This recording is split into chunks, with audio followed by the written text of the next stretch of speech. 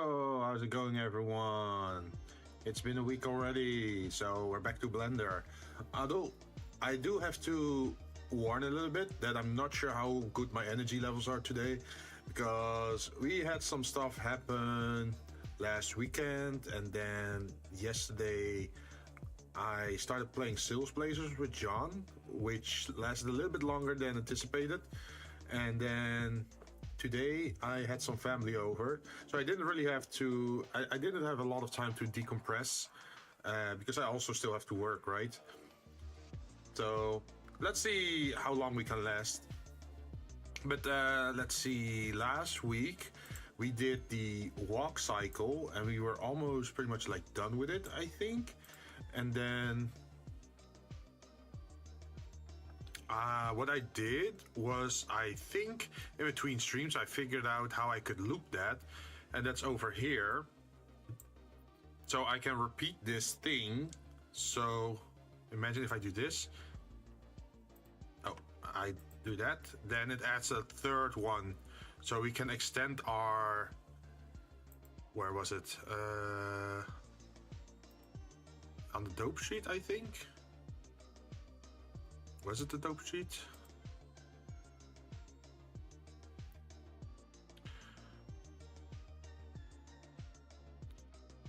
Let me double check this. Yeah, it just keeps repeating. So if we up the value to, for example, 180, it should still keep looping. It should still do the same animation. Yeah, so that's still working. But now I'm also curious, because I do want it to loop twice or 3 times, right? But we should eventually stop, right?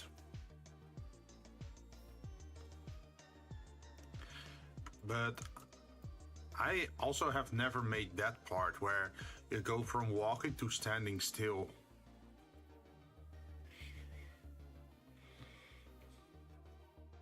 I guess, let's see, where in the animation should that stop?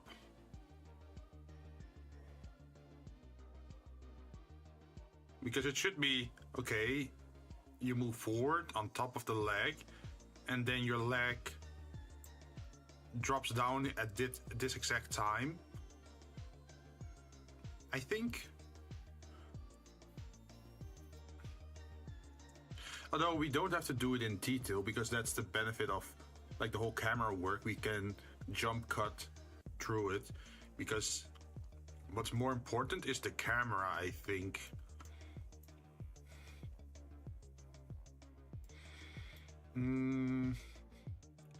Let's see, where is our camera at the moment? Our camera is over here. Can I grab it? Oh, I'm in pose mode, never mind. So we are here.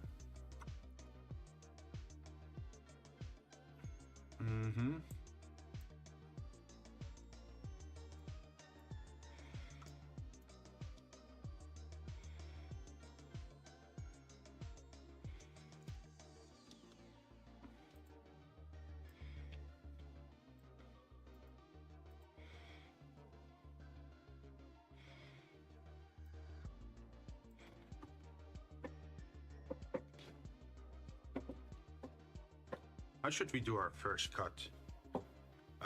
Let's see, if we render this current image, what does it show us?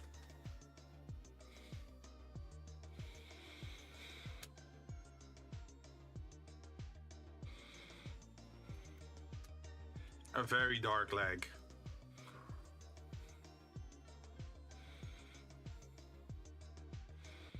We should definitely change that whole mist thing. It's way too dark.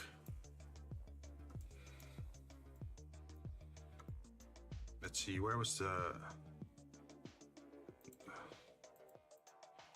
There it is.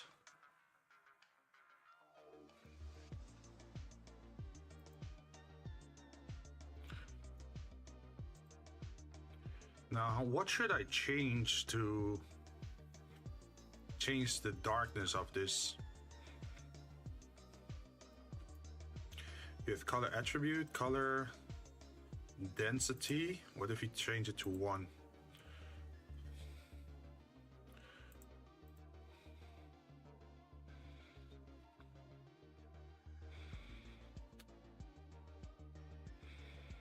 Oh, that works way better. But then you can also see the horizon, right?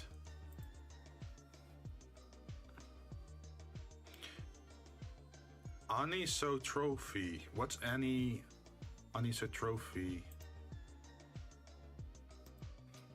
Anisotrophy. Having a physical property which has a different value when measured in different direction. As an example is wood, which is stronger along the grain than across it. What does it mean in Blender though?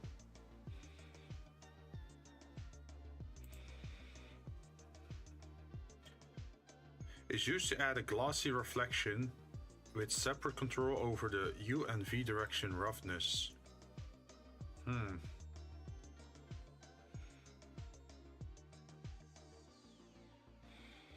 Okay. Absorption color.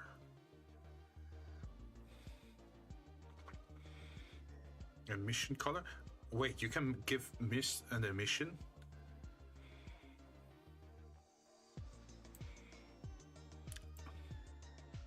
Huh, interesting. So you can have very bright morning mist, pretty much. Okay, what's black body intensity? What does that mean?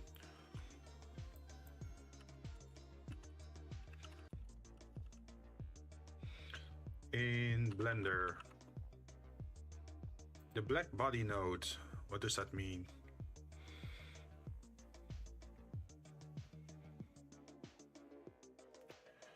The black body node converts a black body temperature to RGB value. This can be very useful for materials that emit light at a natural occurring frequency.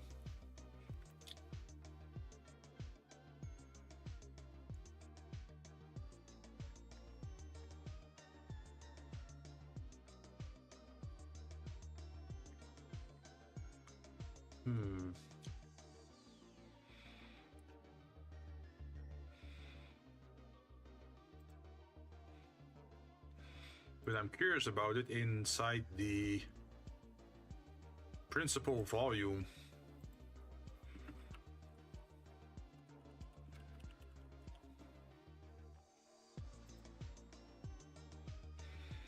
Color, volume scattering color, volume grid for coloring the volume. Use color for smoke simulations.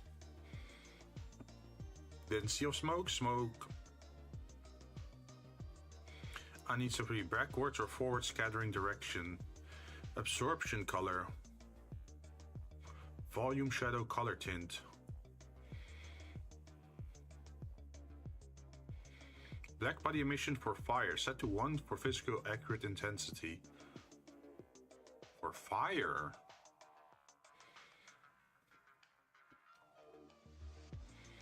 Temperature in Kelvin for black body emission. Higher values emit more.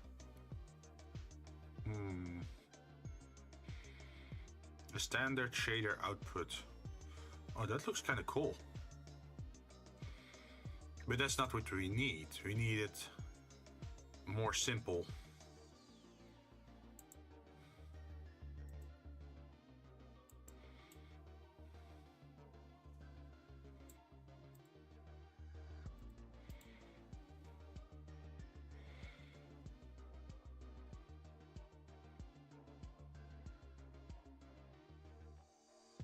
Okay, it's almost entirely gone now.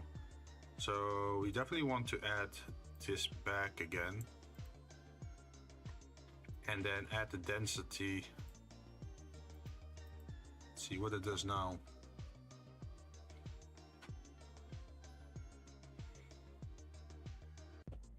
That's very, very dark.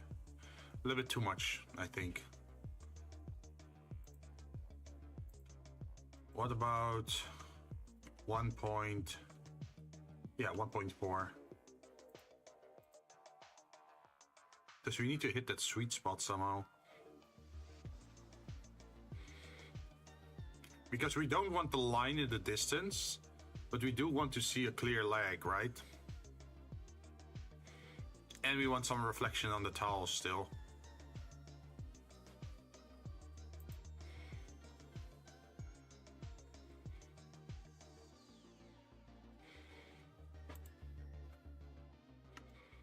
So what happens if we, for example, were to say that we use the camera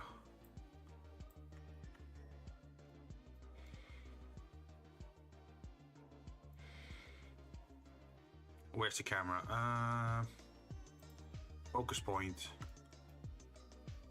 Let's recall this focus point table.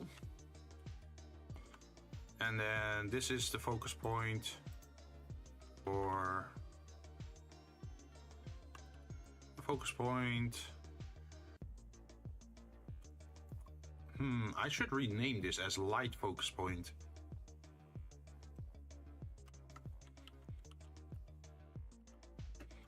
Light focus point, Jinn, and the other one is light focus point table. And then we should add something for the camera. Does the camera have its own folder?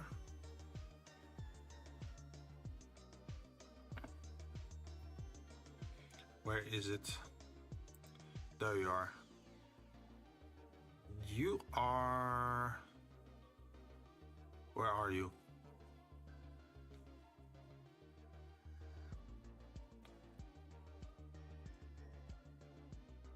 Wait, where's the camera? Animation, armature, body. It shouldn't be in the body.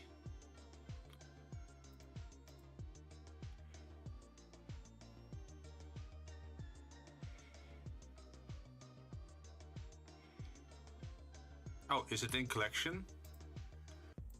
Okay, so we should probably make a new collection.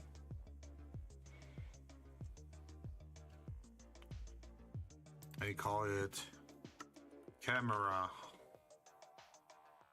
And then we can add this camera all the way over there while we're working in this folder.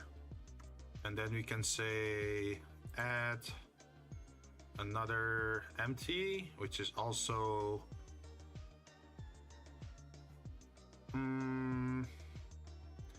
the empty should be a sphere as well, but it should be an like a small one. So let's say it's gonna be 20, maybe 10 centimeters. That works. Low, a little bit bigger. Couldn't hurt. Cool, and it's called MT5, but we could call it camera focus point. And then we're gonna move this one over here, and then over there. Ta-da! And then what we have to do is grab the camera. And then I think add a constraint, and then follow path. Add a constraint to the objective. Follow path. Used to animate object bone following a path. Oh, that could be cool. Hey Smucker, how you doing? Thanks for joining. How's your week so far?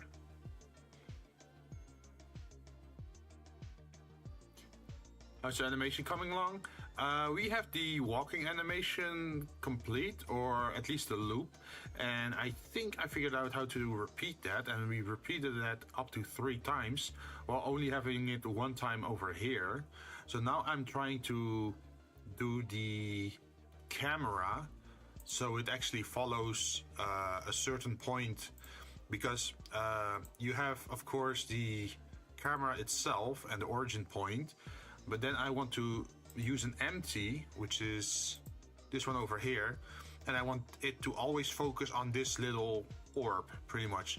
So if I put the orb at the feet, then it will focus on the feet. And if I move the orb upwards to the hands, it will follow the hands, etc, etc.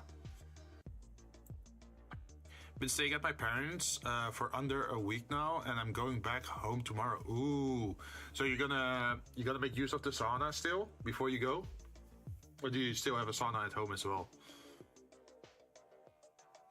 Also, I should probably save just in case. Let's see, I think it was track 2, right? Legacy tracking constraint prone to twisting artifacts. Dampen track. Point towards target by performing the smallest rotation necessary.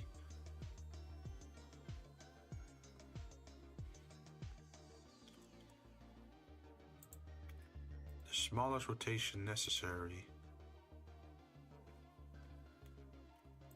How does that work?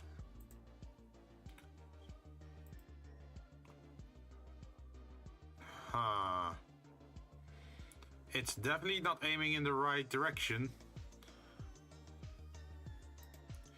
Okay, so if I do the transform thing, and what if I undo the rotation stuff?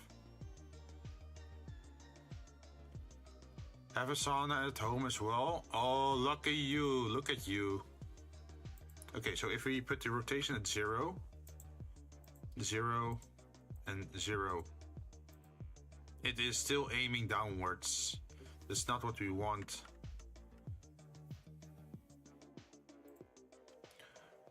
Track axis. Axis that point to the... Should... Huh?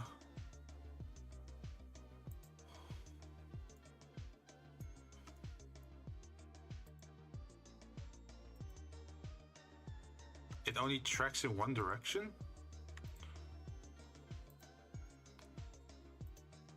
That's so weird.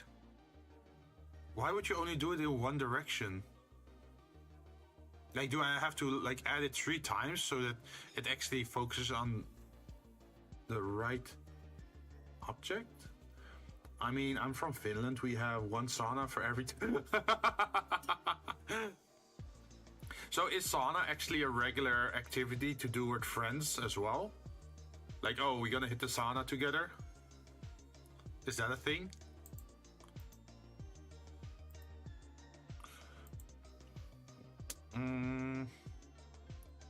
Lock track. Rotate around the specified locked axis to point towards the target. So let's try that again.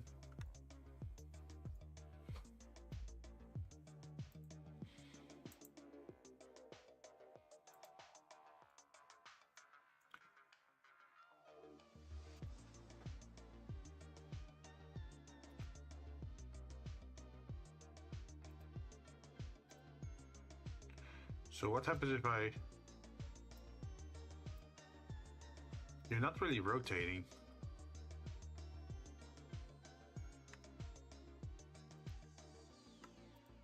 And also this is also just one axis that it can follow. I don't like that. So I guess I do have to use the track 2. Which they say is a legacy thing. Because that actually, as you can see, it actually points correctly, right? And this is what I want. So even if I do this,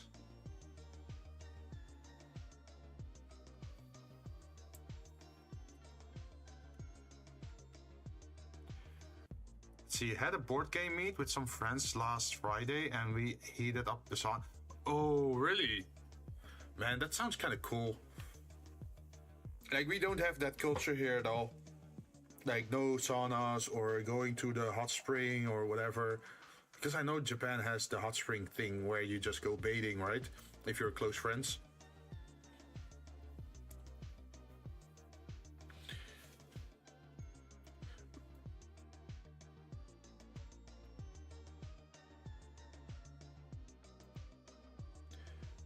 Ah.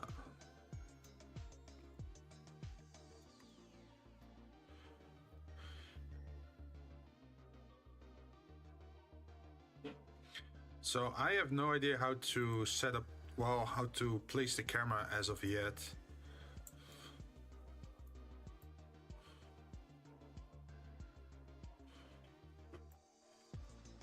Because this guy is still standing still, right? He still doesn't move. But wait, I can show you the animation, right? So we have just a regular slow walk.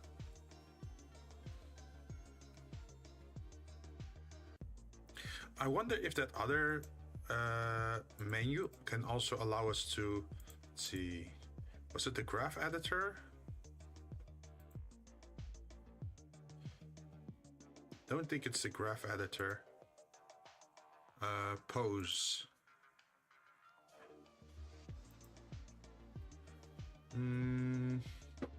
Dope sheet. Wait, do I have to be in pose mode? Oh, non-linear animation. That was it. So they say frame start, frame end, then repeat.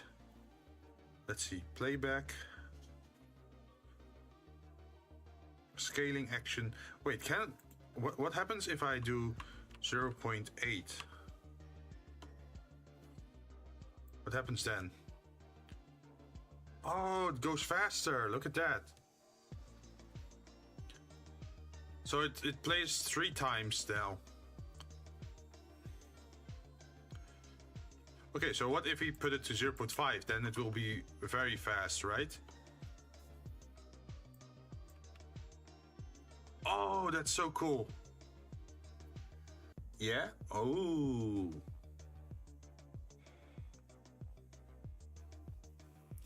But I feel like we shouldn't be walking fast this time around, right? So it should probably be 0.75 maybe? Can we do that?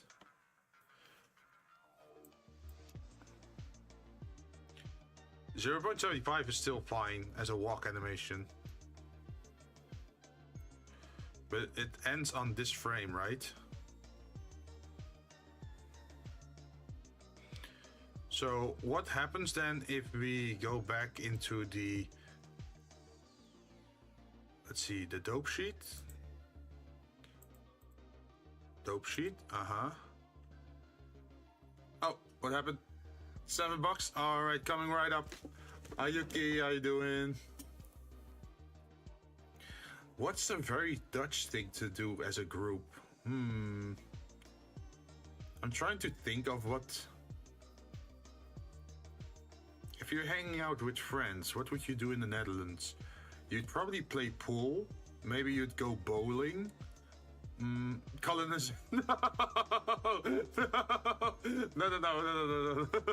That's dark history. We don't colonize anymore. At least I hope not.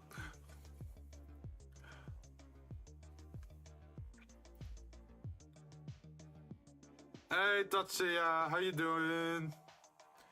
Good day to you. How's your week been? Pay up? Yep, I'm paying up $7 into my savings account. There we go. Also, that's... Wait, that is a Pikachu, right?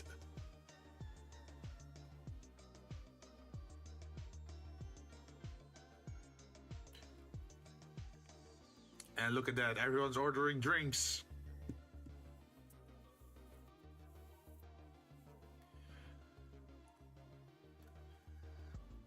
Unfortunately, I have to get ready to work. Oh no! Well, we always have those kind of days, right? Can't avoid them.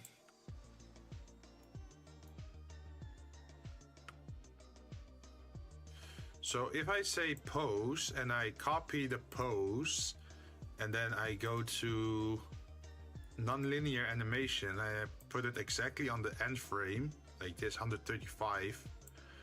And then I go back to the dope sheet.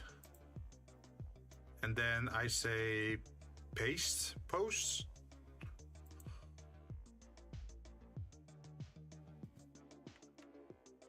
It's not taking it. Why is it not taking it?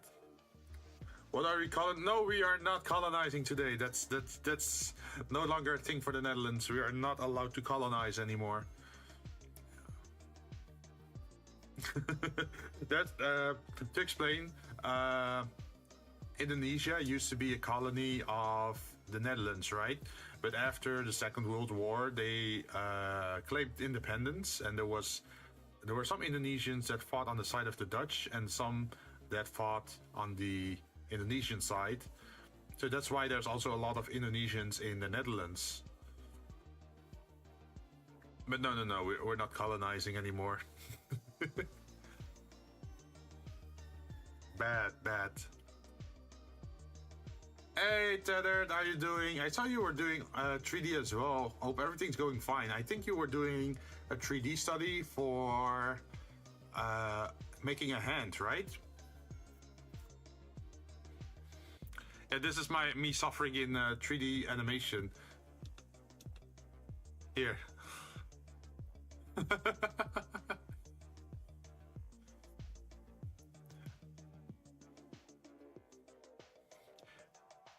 If I were to end it on frame 135, then it should loop, but we're making the animation longer than just a perfect loop animation, because you have to roll some dice as well. Working on hands? Good job, man. Keep it up. I eventually also have to go into hands. But I'm just using the full rig that I still have, and then I'm just gonna go animating first. But eventually I have to make my own models, right, for rigging. But at least it gives me some visuals on what kind of bones are necessary to get this animation to work.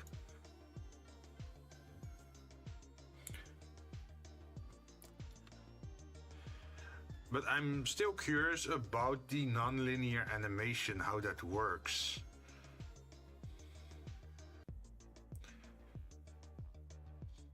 Synchronize the length of the reference action with the length used in the strip. I'm not sure what that means.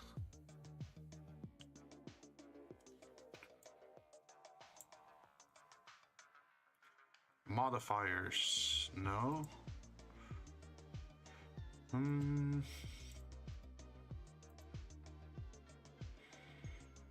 Manual frame range. Manually specify the intended playback frame range for the action.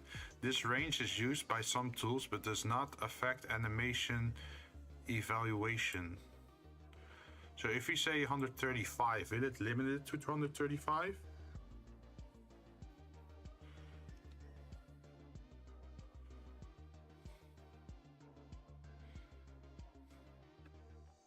So if you now look at the dope sheet on 135, are we allowed to put down our pose?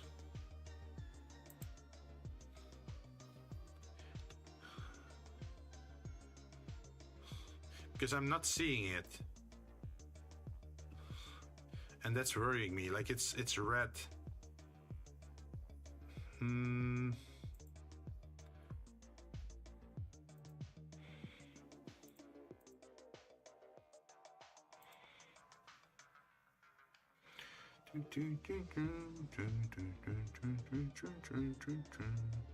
This action is intended to be used for a cycle animation over its manual set playback frame range.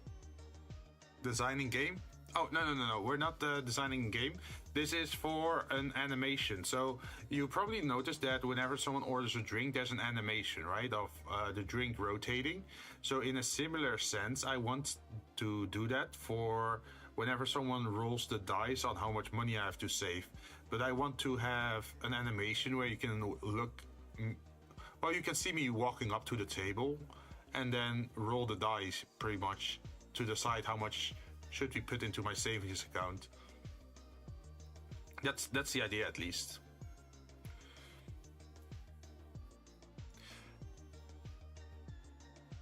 So what we just have to do is walk from here to the table, pick up the cup, pick up the dice, throw the dice, well, put the dice in the cup, and then put the cup down upside down inside the, or like on the table, and then reveal the roll value.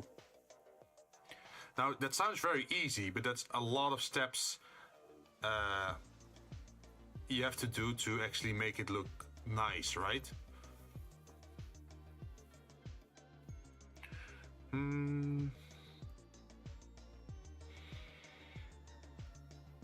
But we're just taking it slow, trying to understand the system, because this is the first time that I'm working with this kind of stuff.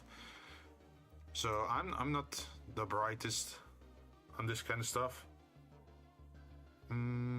Actually, explode, blending, replace. Number of frames at start of strip fade at influence. Blend out.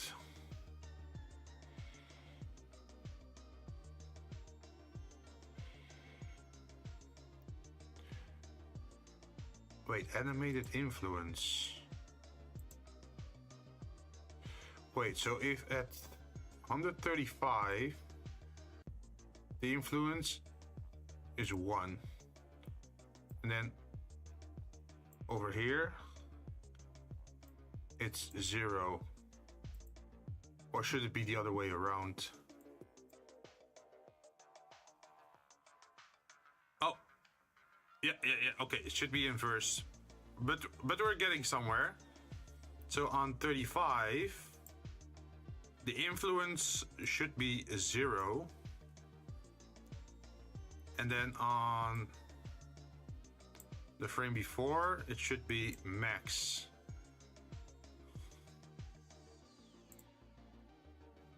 Did that work?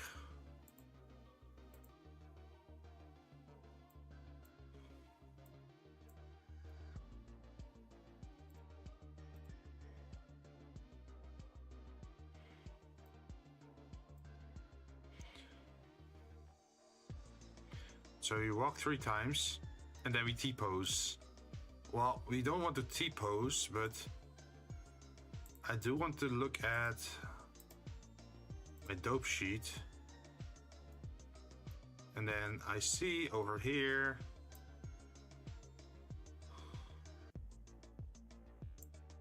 we got some value. So can we then paste pose now?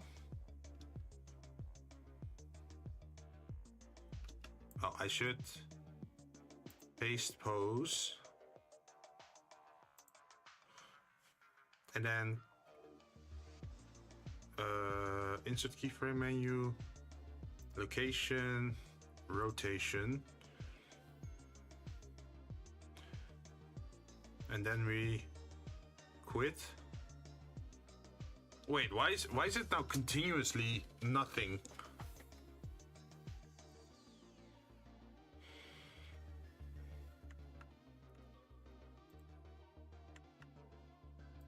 We just want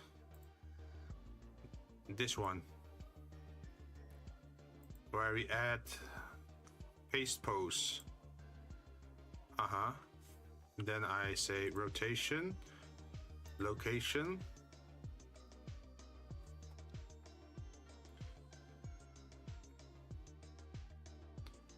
Why does it stop the entire animation?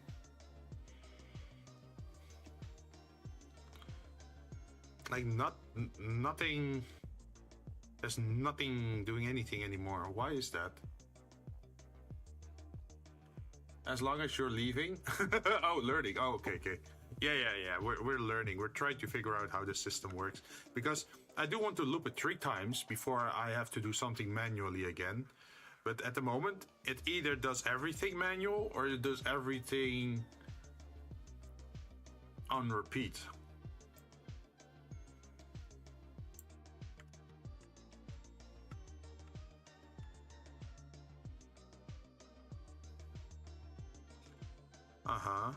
So this is the walk part, and then it T-poses. You definitely don't want to T-pose.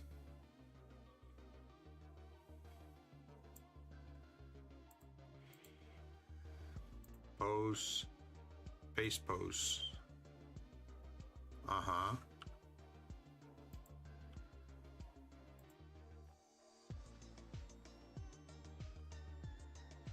I don't understand it.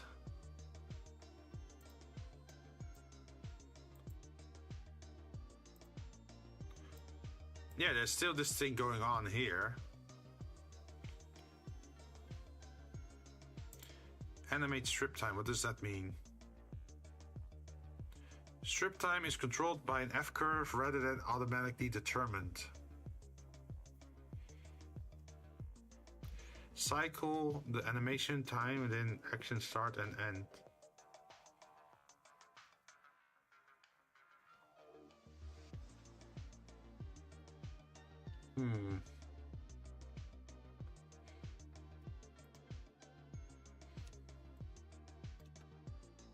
It's now just standing still.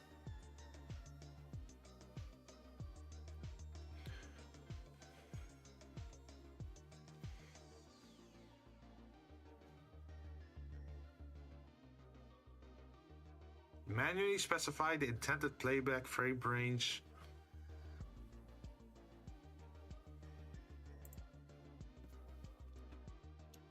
It's still standing still.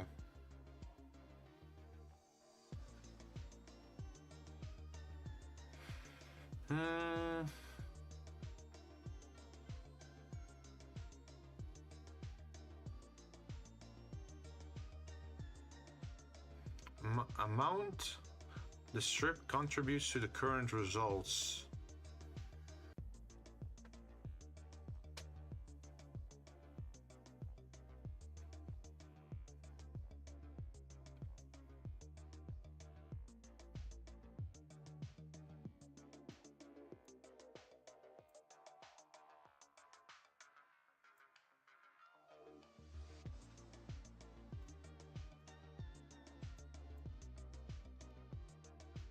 Blend in, blend out. Is that doing anything? It's also still standing still. Blending. Combine?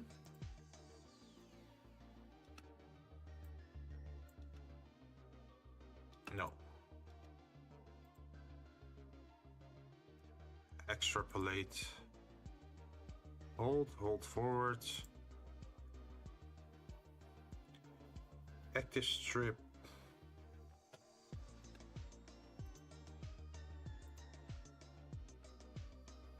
Start frame from the NLA strip. No, changing this value also updates the value of the strip end frame. If only the start frame should be changed, see frame start property instead.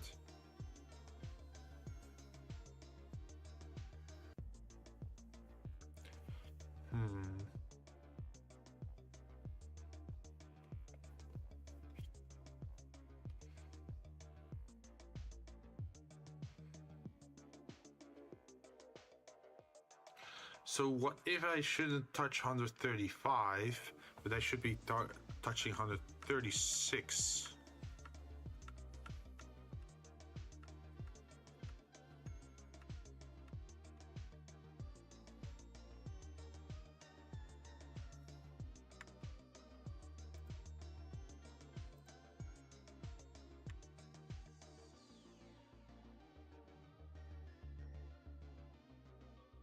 Okay, we have a normal walk here, and then we T-pose. We should not be T-posing. Non-linear, and then we deactivate this one. So what if we say 136 on the dope sheet, and then we say paste pose.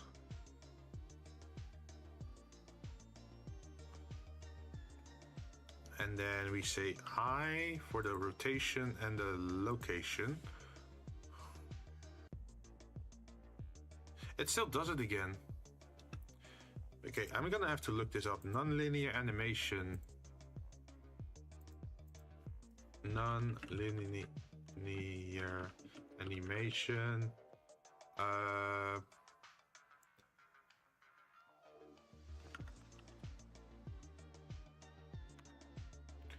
Non-linear linear animation for Blender after strip. How to edit action in NLA strip. I have an NLA nonlinear animation strip for walking. How do I continue post NLA strip to manually add keyframes to do poses and continue the animation? Yeah, that's what I want to know. Because I do want to do a little bit of the animation. Let's see, I was dealing with a very similar issue recently, and the main thing I found to affect it were the extrapolation and the blending modes on each NLA track, including the implicit NLA track that holds the keyframes. From what I see in your screenshots, it looks like you have that set up at least for the walk cycle, but I can't see what you have set on the keyframes track. More likely you need to fiddle with those settings until you get good results. Oh, you're going into lurk mode? No problem. Hope you have a good lurk there.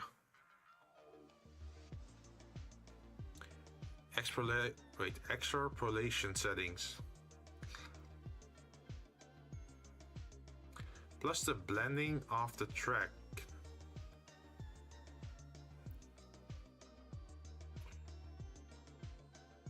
Oh, extrapolation. Okay. So do we still have that here? Because it's set to hold. Hold the first frame if no previous strips in track, and always hold last frame. Strip has no influence past its extents. Is that it?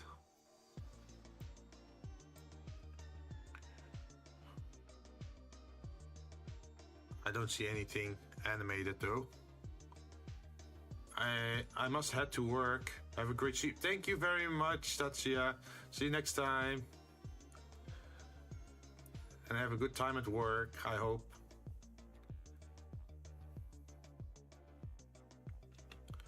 So what if you just keep it a little bit more simple? It says, okay.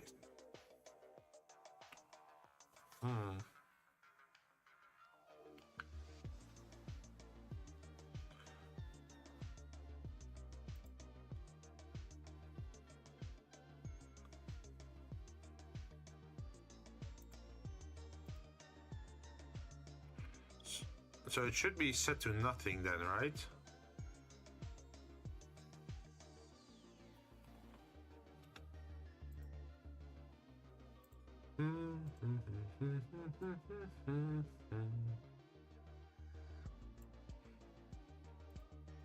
So if I do something weird over here like this,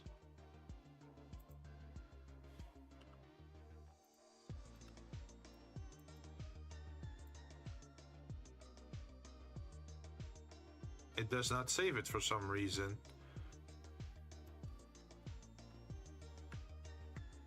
Why is that?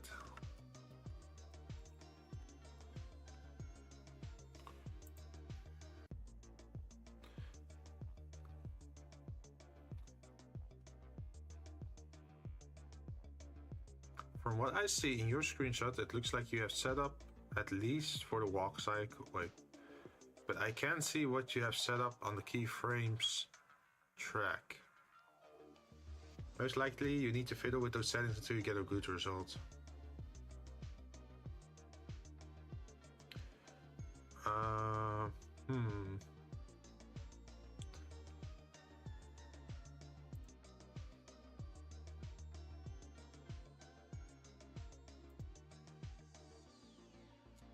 The action strip and NLA editor stopped working after adding regular keyframes.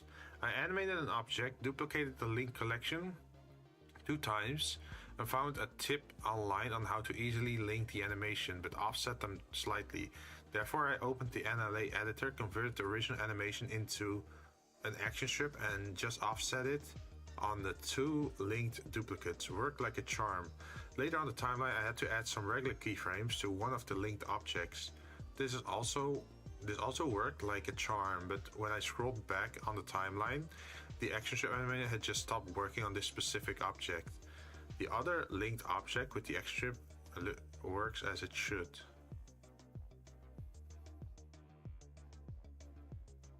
Therefore, I think it's because I added the keyframes. Is it not possible to have both action strip and regular keyframes animated on an object? How can I make the action strip work again? I don't want to do it with regular keyframes.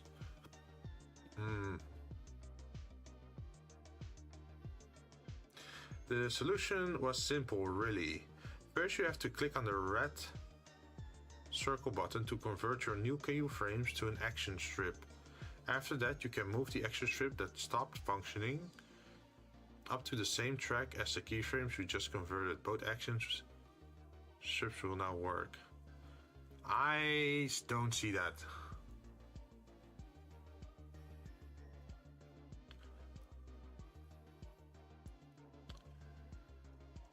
So I need NLA strip plus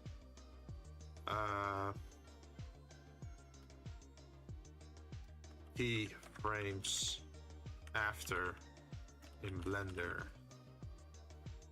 How to edit location and other keyframes in NLA editor.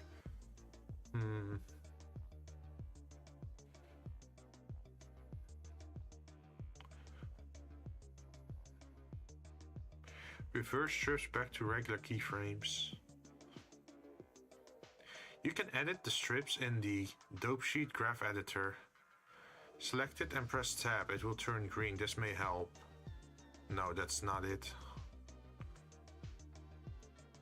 When you bake an action, you have an option to place your keyframes by step. You choose one as your step. You can put those steps like 5 or 10 and it will keyframe that action at the start. You can use that NLA to repeat actions.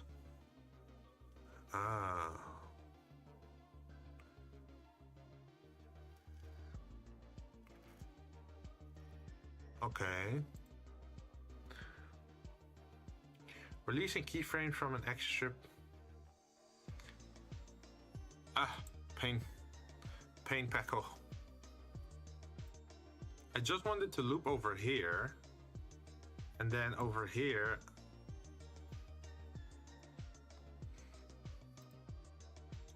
Like if I were to change this like this, and then I say location, no suitable context for active keyframe set. Oh, wait. So location like this. But then it changes it for everything. As you can see, the leg just permanently stands still. Why is that?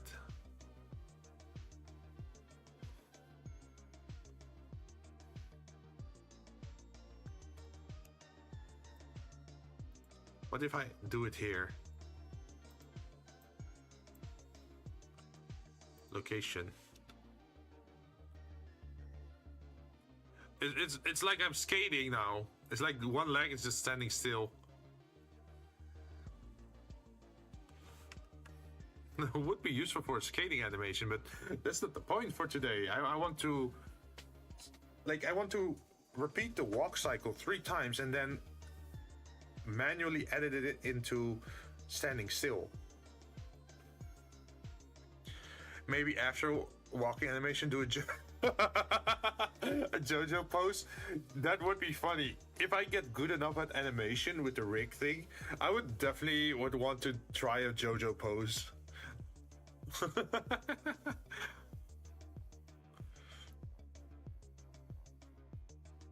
Just to see if I can pull it off, right?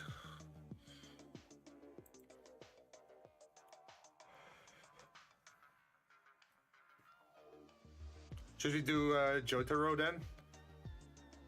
Would we point the finger out? Star Platinum! Hoorah!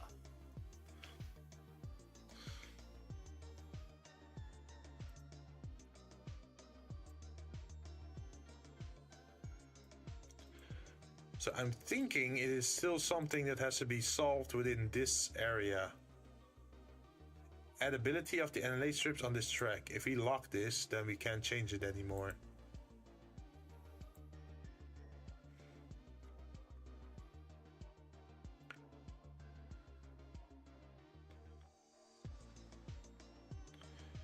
Insert cutscene of slime beating John for the slime cyst allegation.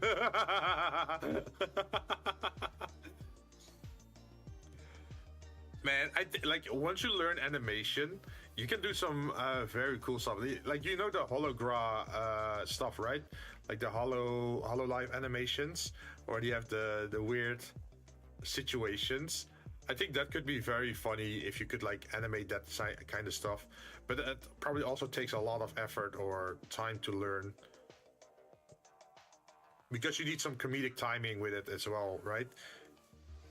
And it's not just the base expressions, you actually have to morph the faces a little bit.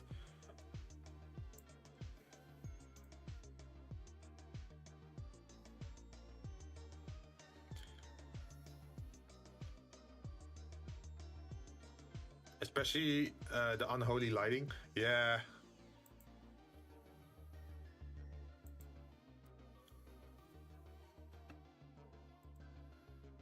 So this is like this. But if I do animate, like animated strip time, what does this do?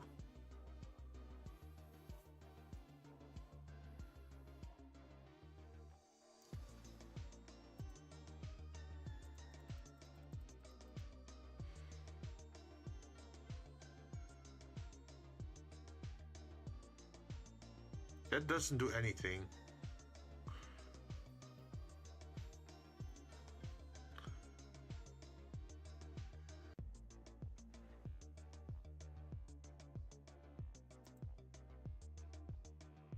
Hey, that's reverse. Oh, reverse is just walking backwards.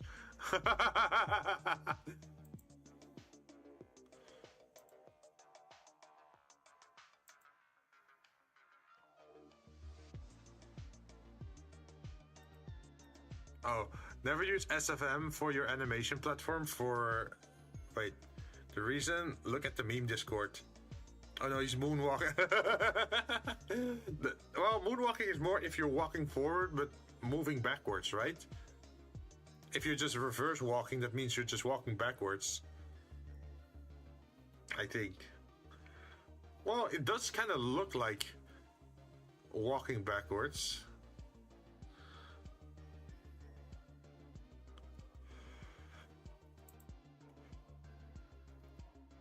Wait, let me go check the meme Discord. What did you post?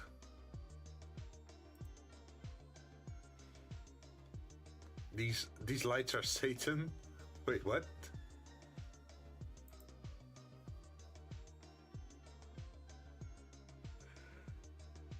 Oh, the light balls? A day I knew not to ever try anything with these demon-possessed lights. But in this scene, I had to. I used a program to remove literally every light from the map, and you won't believe it!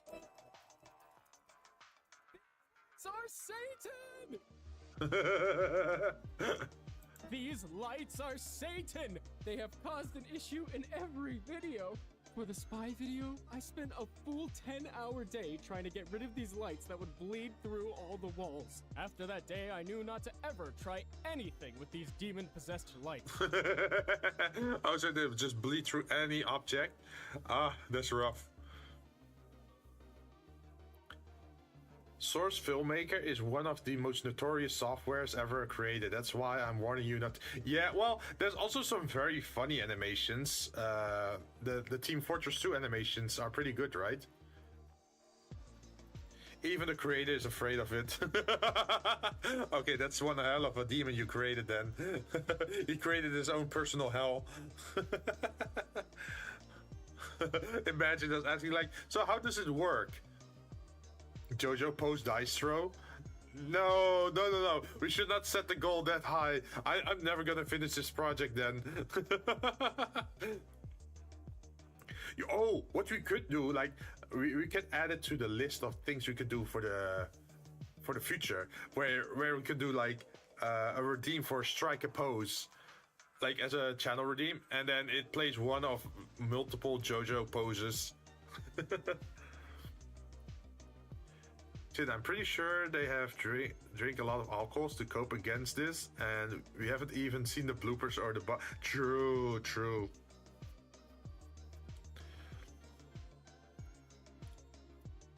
Imagine if you could do. You also have those like quotes, right, from JoJo, like Kotowaru.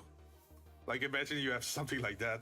The thing I like most when people think they are in control is saying no to them.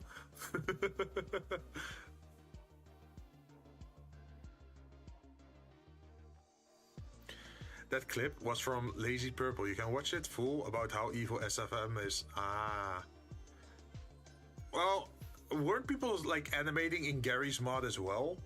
Like, out of all things they could pick, Gary's mod. Why would you do that to yourself?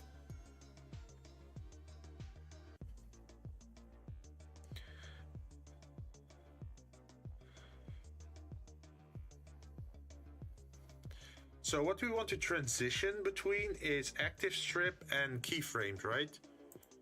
So let me look it up. Transition between NLA strip and keyframe in Blender. How to edit location out of keyframes in NLA editor. What is it saying?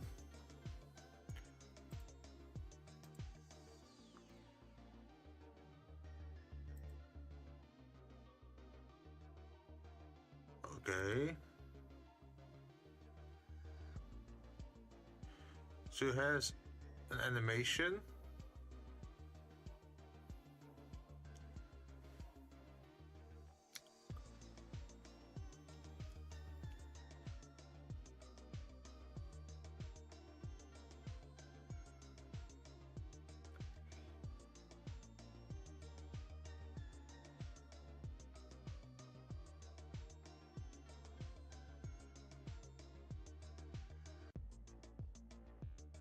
New walkback animation. Huh?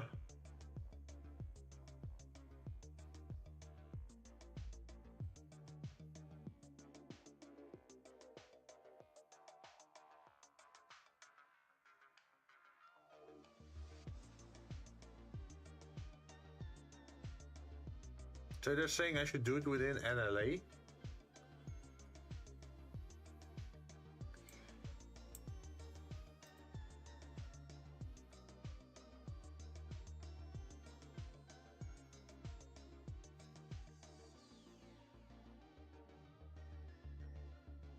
I have zero clue. Yeah, that's the problem with like working with something new. Like it takes some time to figure it out, huh? And sometimes you can unexpectedly get stuck on certain things.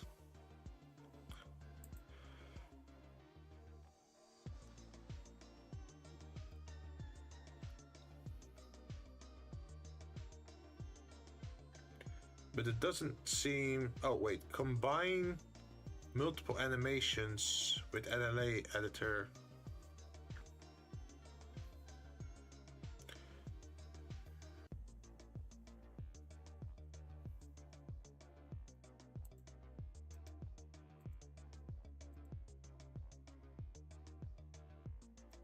That's if you just want to copy an existing animations.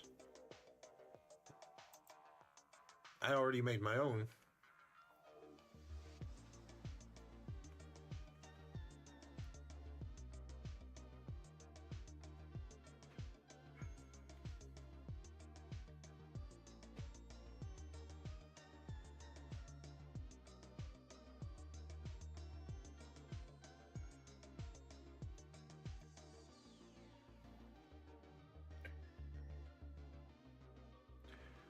Hmm.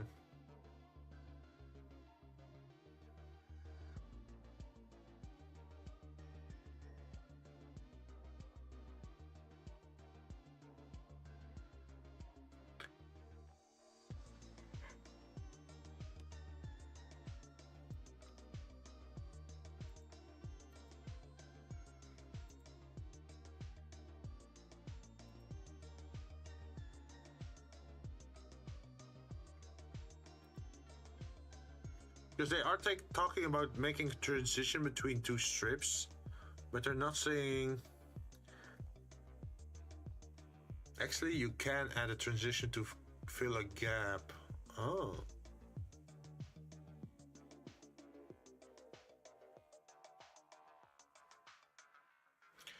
if you want to interpolate two strips, they have to overlap. Therefore, you have to change the speed of your action or add more action to your strip. That doesn't sound... Also, this answer is from 3 years ago. The interface looks totally different there.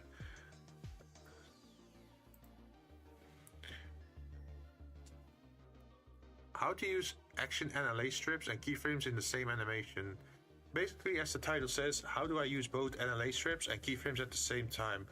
Using one seems to interfere with the other, with NLA seemingly taking priority. Like, I want to be able to make an NLA strip of my character walking, break free of the NLA influence on its last frame, and then go into a set of punching keyframes. Is that possible, and how? In the dope sheet, actions make the set of punching keyframes a new action, essentially a new NLA strip. Then in the NLA editor, you can put one after another and even adjust the transition between them. But what if I don't want to have 10,000 randomly named actions for a single animation? You name them and then push to NLA or freeze for later use. To be clear, an action can have 1,000 or 10,000 keyframes. You cannot have, I'm guessing, more than 100 of actions. Why would you need more than 2 or a few for a walk, stop, punch animation? It was kind of hyperbolic just to make a point. Oh.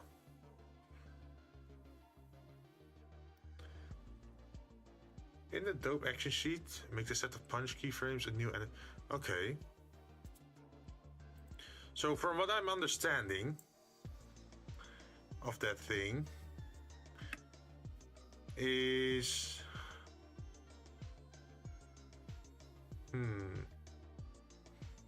that I would have to keyframe an animation where he essentially stops, right? And then turn that into a new action.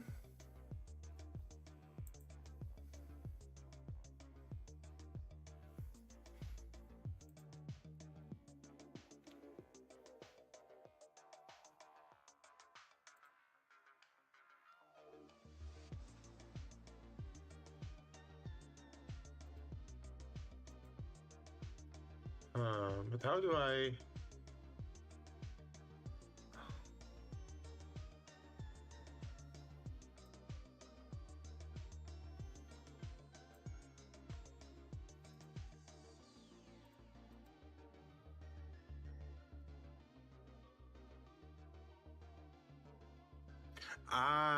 Okay, so if I go into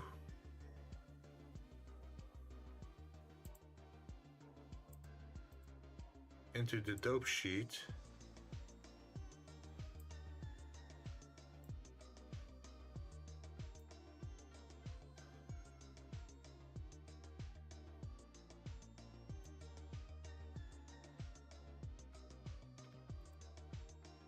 and over here it still does this.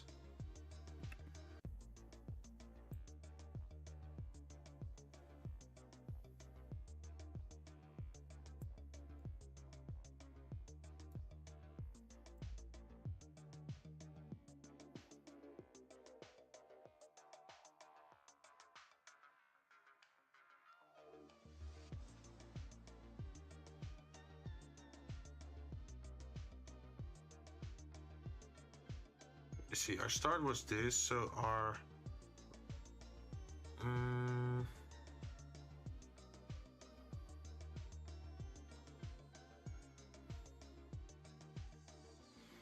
oh, that's the tough part, huh?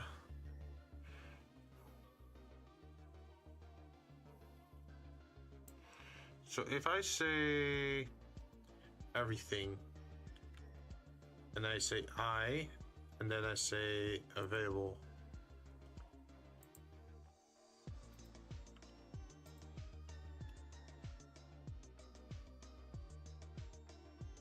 it doesn't do anything. Okay, so if I go to nonlinear animation, it is also stopping over there.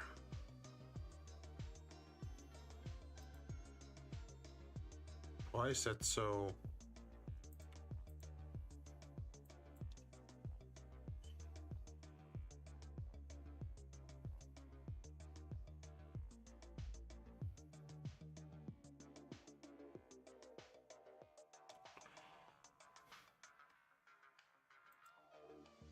Non-linear animation.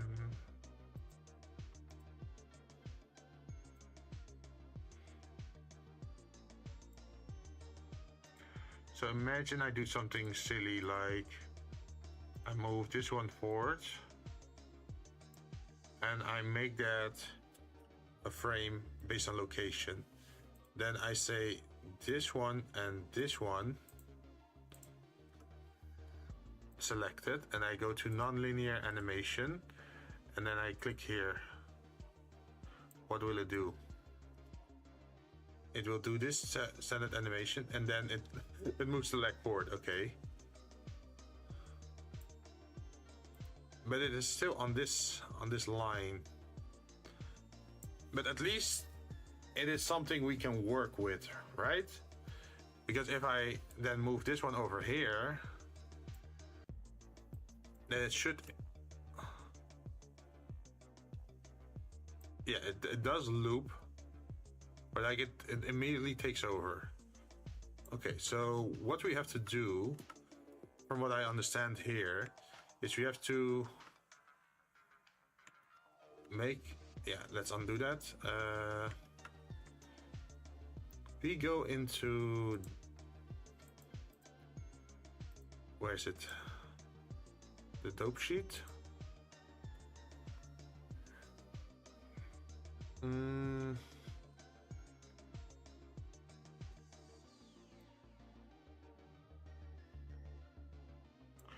But what happens if we delete this, for example? If we delete this, what happens?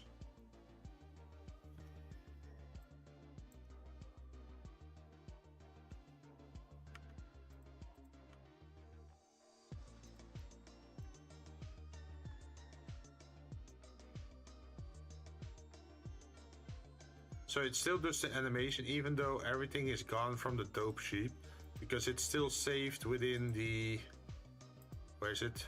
Non-linear animation, right? Yeah, this one. So even here we could say like, oh yeah, it has to repeat 3 times, and it will perfectly repeat 3 times even though in the dope sheet everything's gone, right?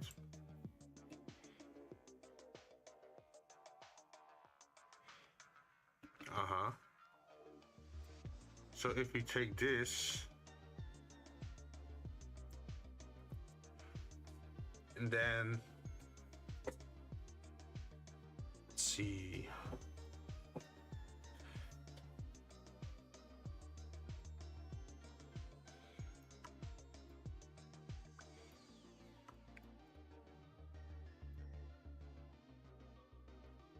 press I for the location and rotation,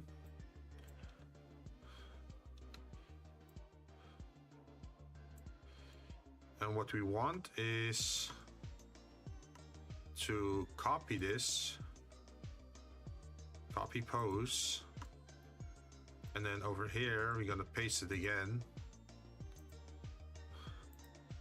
and then we're gonna move it straight down.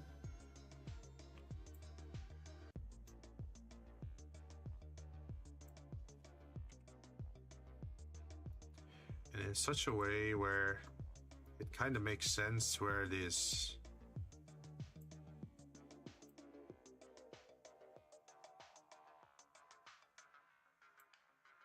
And then I press I and I say rotation and location. And I see that my shoe is turned, which should not be the case. Data, bone.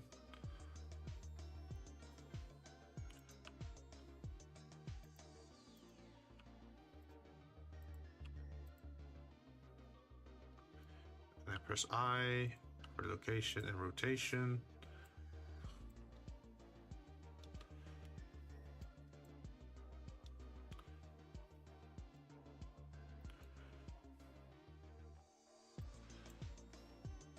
And now it's a little bit lazy, right? Because it moves instantly from up here to there. But this should be the end pose.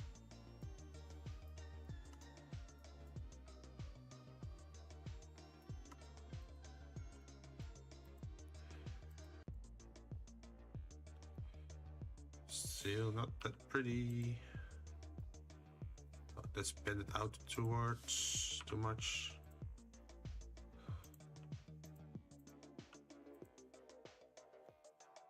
That's definitely not correct.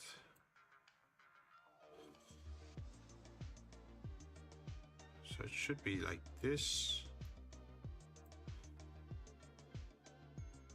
It should be like this. And then we press I. Rotation and location.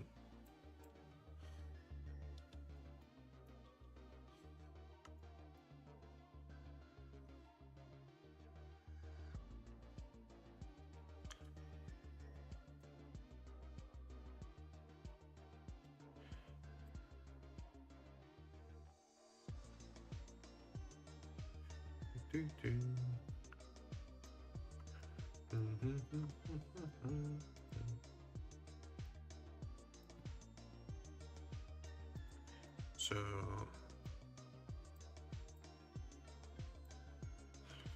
we press location and rotation here as well. What happens then? There's a little bit more of a proper step, it seems, but it's still very fast moving. So what if we just select all, grab this, move it over here, and move this one over here.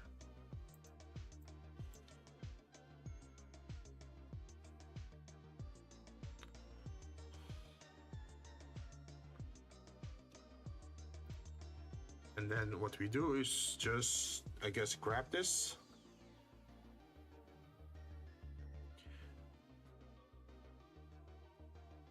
From frame 10 to frame 30, nonlinear animation. I'm gonna say it's a new one. And then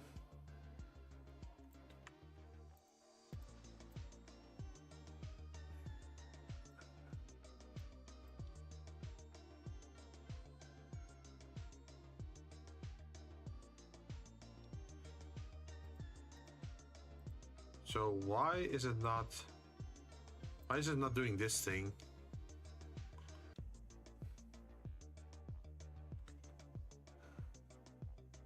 Like the animation just purely froze. Why is that?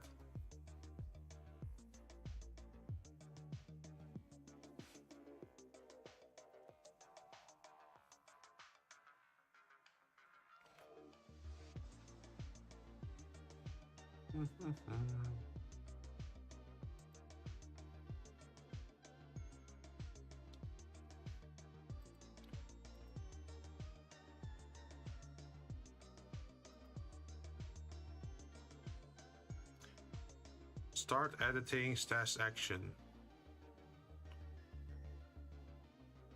Okay.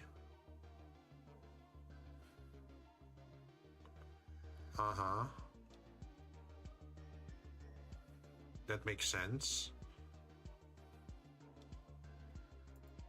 Stop editing.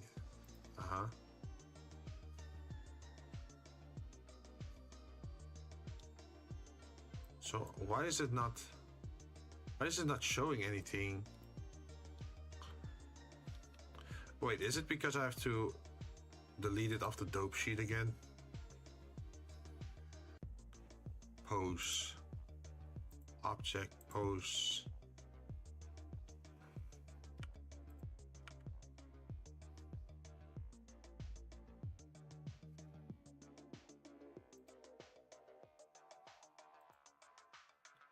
Non-linear animation.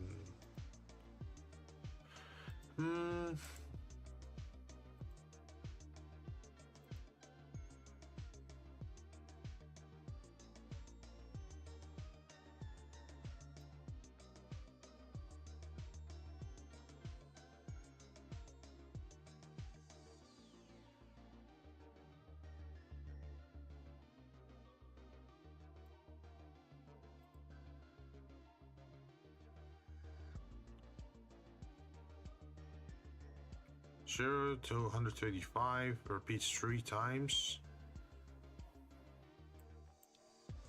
But it's not doing anything. Why is it not doing anything?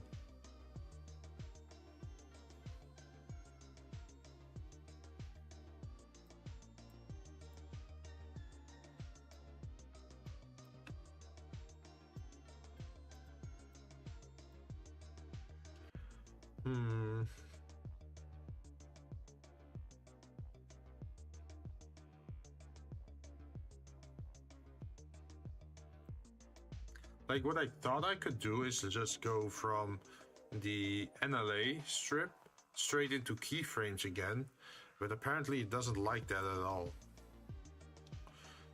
So then I thought I could make a different NLA strip, put it behind there, and then it should transition into the new animation, right?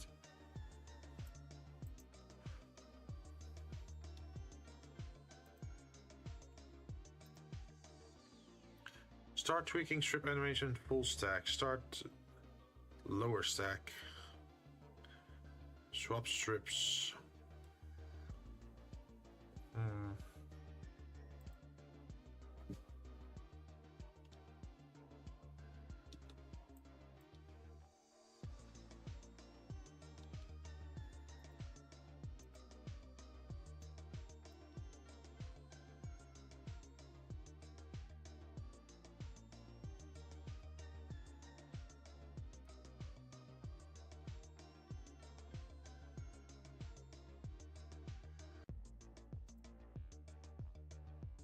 Frame 10 to 30, and this one is frame 0 to 135.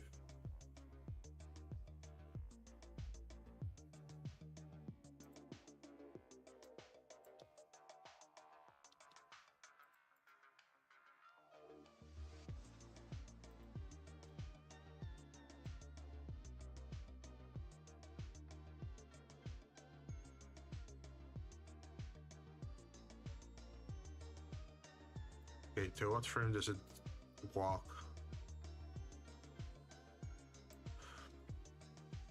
If we use this one and then we say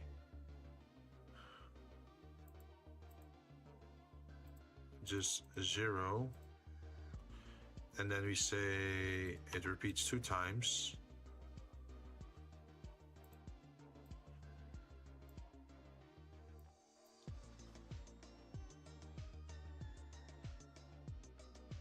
Why is it still doing it just once?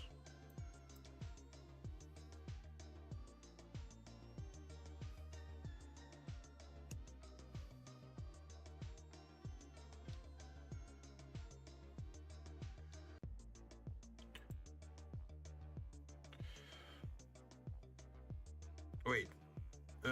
Start frame, end frame 240.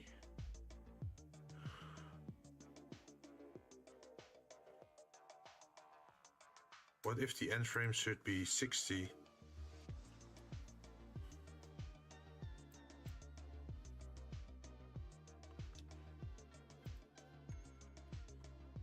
Yeah, let's see if it's 120.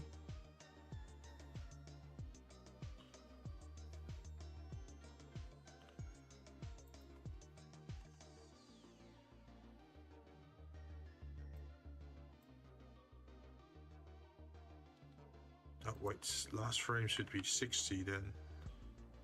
And the repeat should be... Ooh.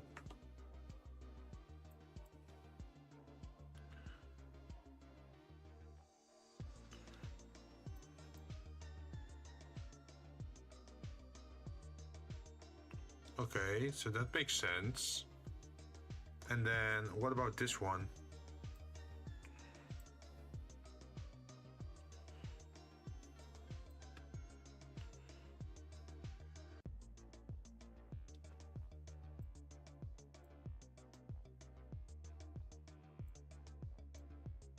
So,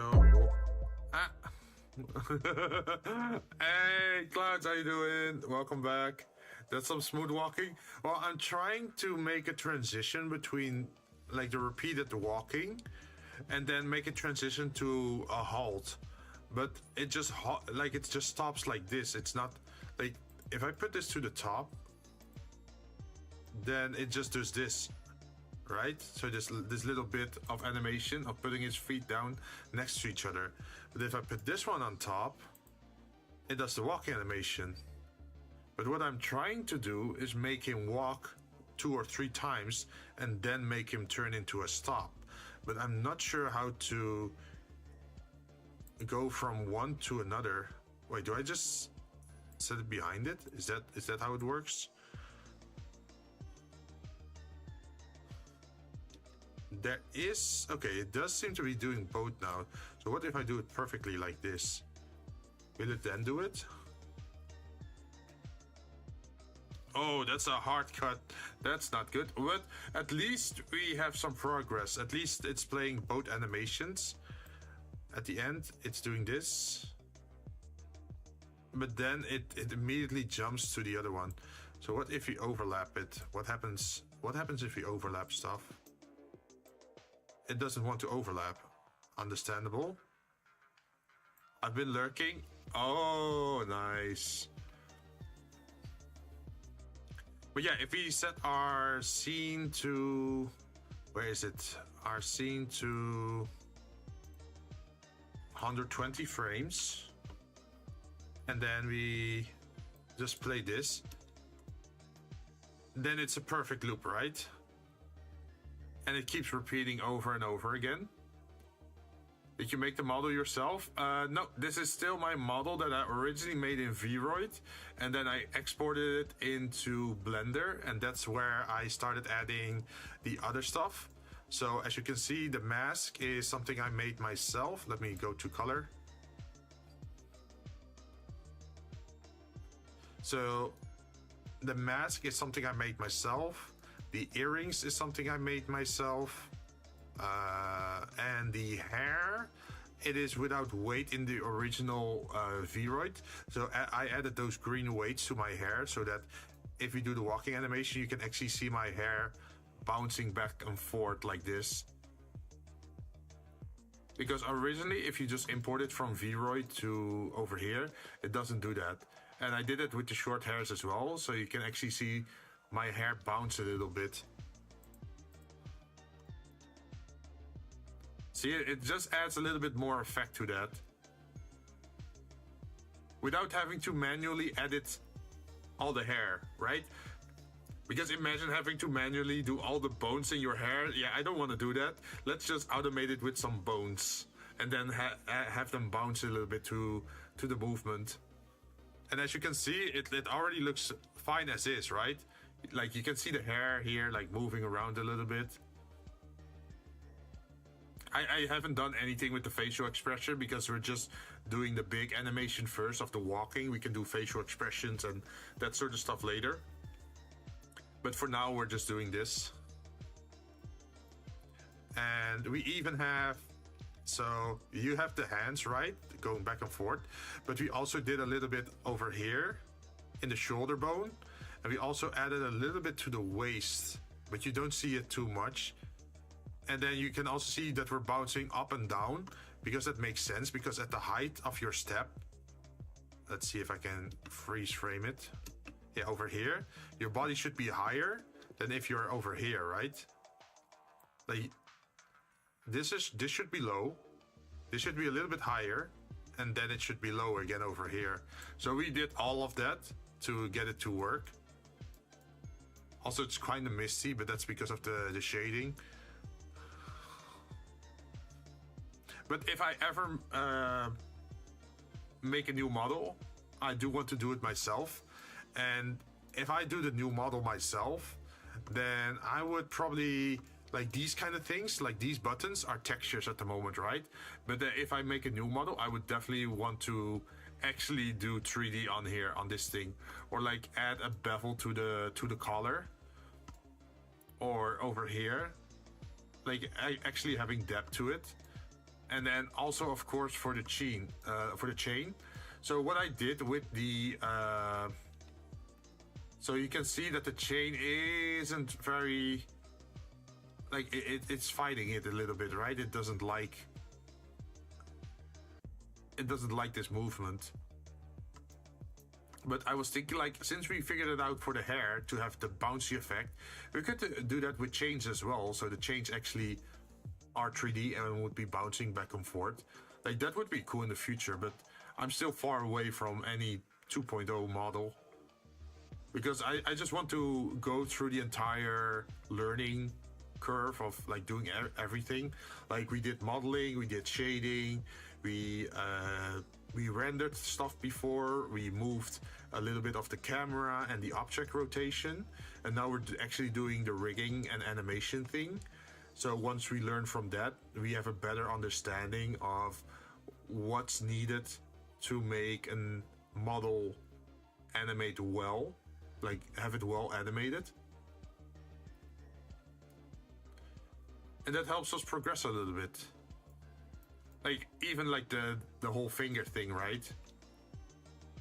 At the moment it's quite simple. Doing the basics is good. Yeah.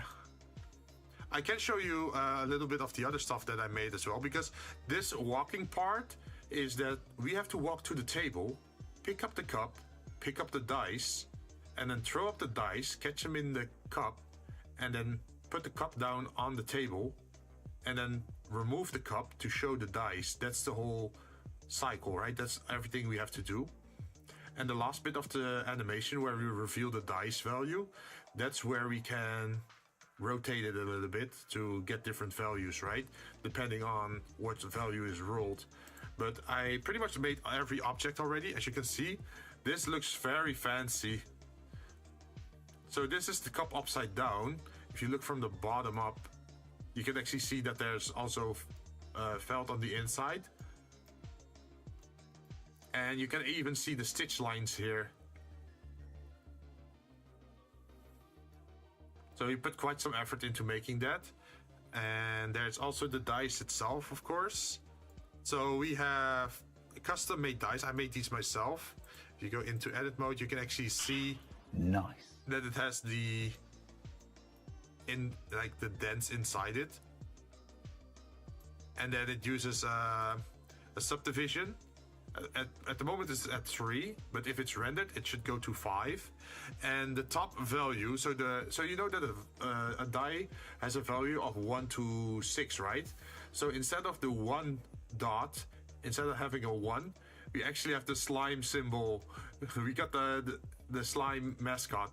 It does look a little bit messy around it, but that's something I had to do because there was so much like vertices over here, and I had to dilute the vertices from all these detailed ones back into like, what is it?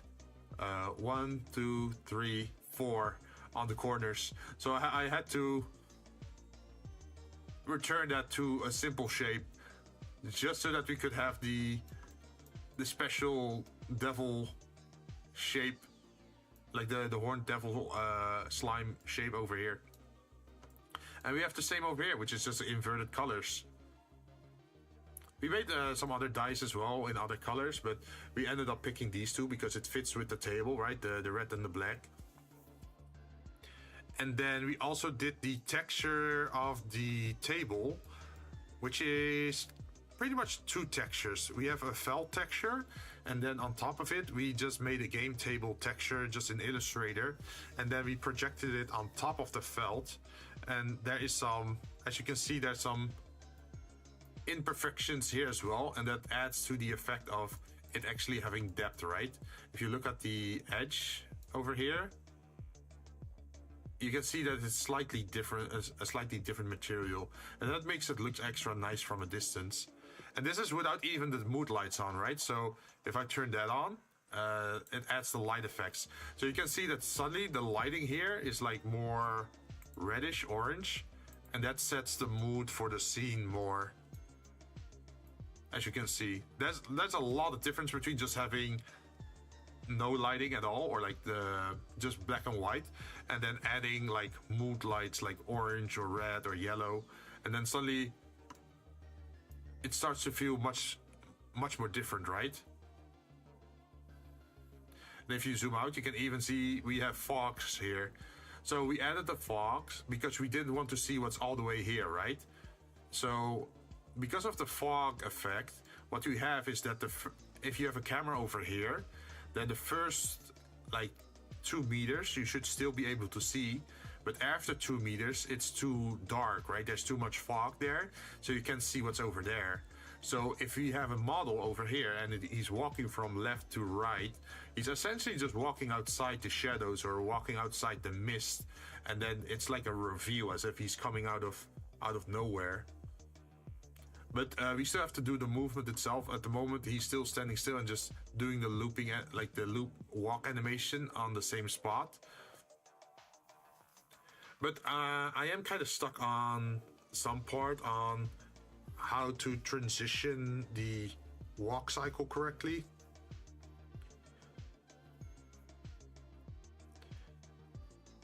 That's a little bit of a struggle for me. So I was thinking maybe if I do this, I go to frame 1 of this animation, then start editing stacked. Can I do that? Start editing stacked. If I go now to the dope sheet,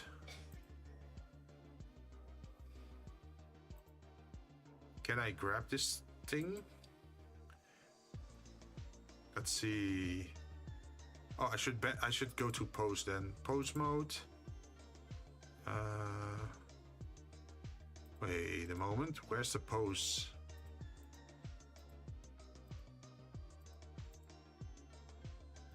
Oh, there it is. Pose mode.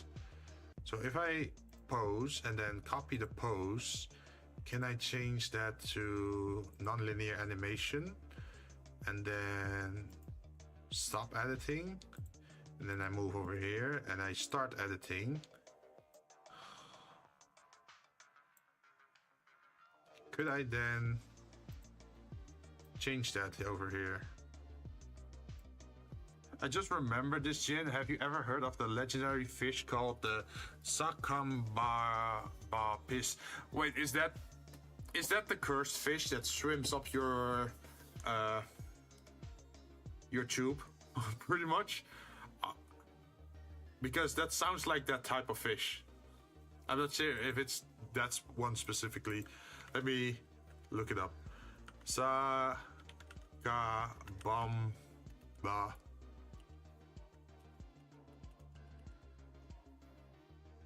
Oh! No, that's not the fish that I was thinking of. That's just it staring at you. Oh yeah, it's definitely staring. What the hell? That looks like a fish that rammed like an aquarium wall at like 100 kilometers an hour. His face is just squished as if it's like against the window. It's real, by the way. How did that occur? Where did that come from? I have never seen a fish with such a flat front. Like, did it ram something or?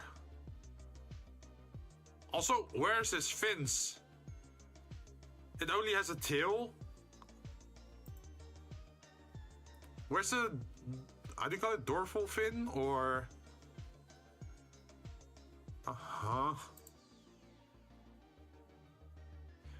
A long time ago, let's just say Mother Nature is very scary.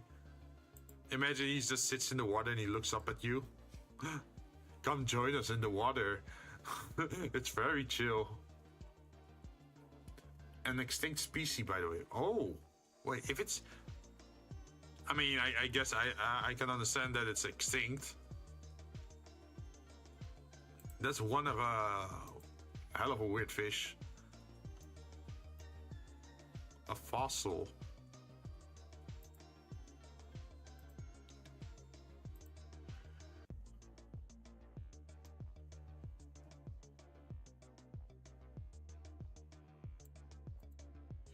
Wait, so, how do I edit this then?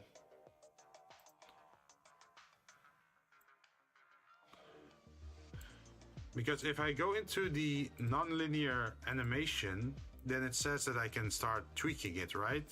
Over here.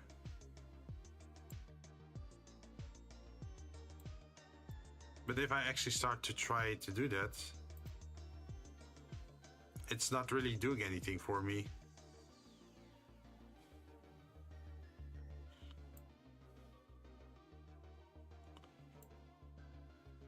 Add, edit, marker, select, pose, paste pose. It's not doing anything for me.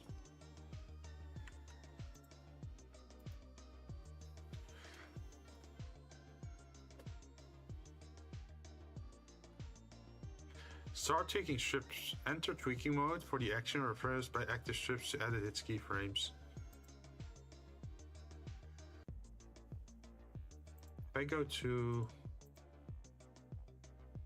dope sheet, should I increase the scene frames then to like 180 just to...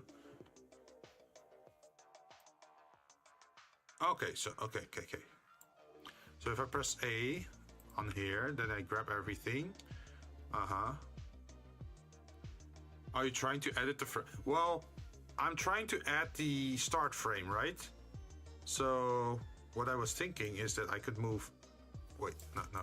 I could move this over here and then probably this over here. And then I can pose and then paste pose and then press I to add a location and a rotation. And then it should do it correctly, but it's not doing much at the moment.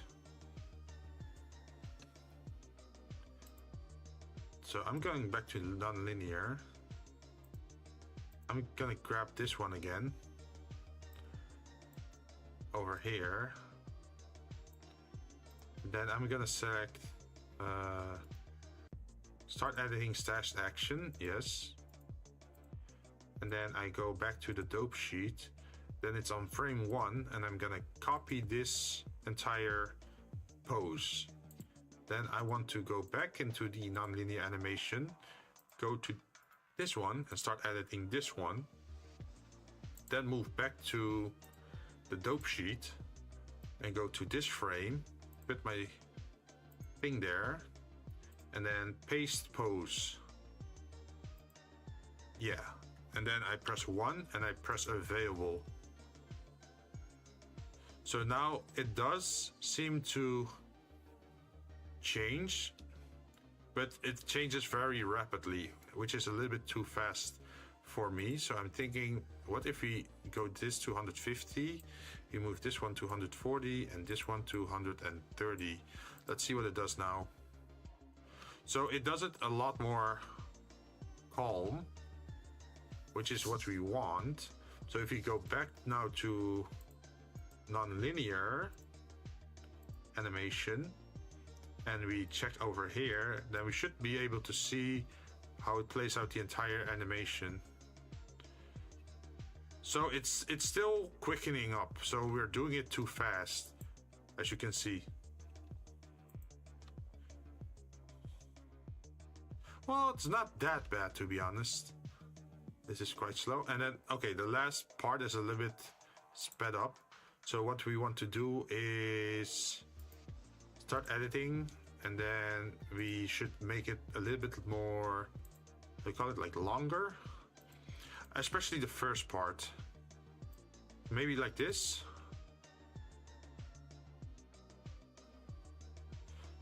Okay, non-linear. Let's see what it does now. See, that looks way better. So we walk, and then we stand still.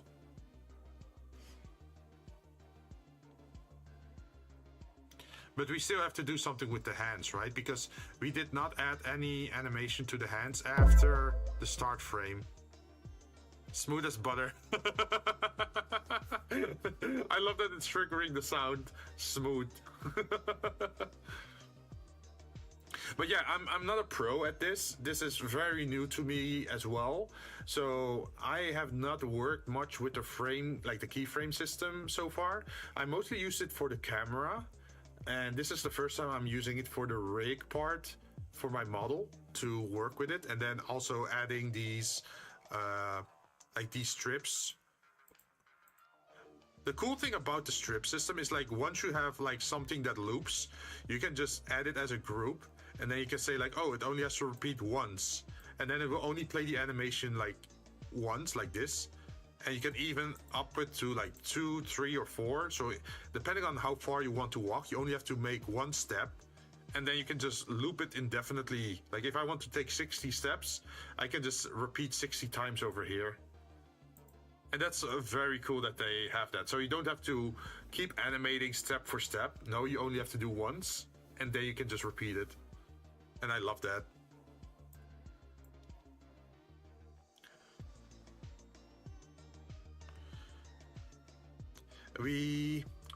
Another thing that we looked into was the inverse kinematics, right?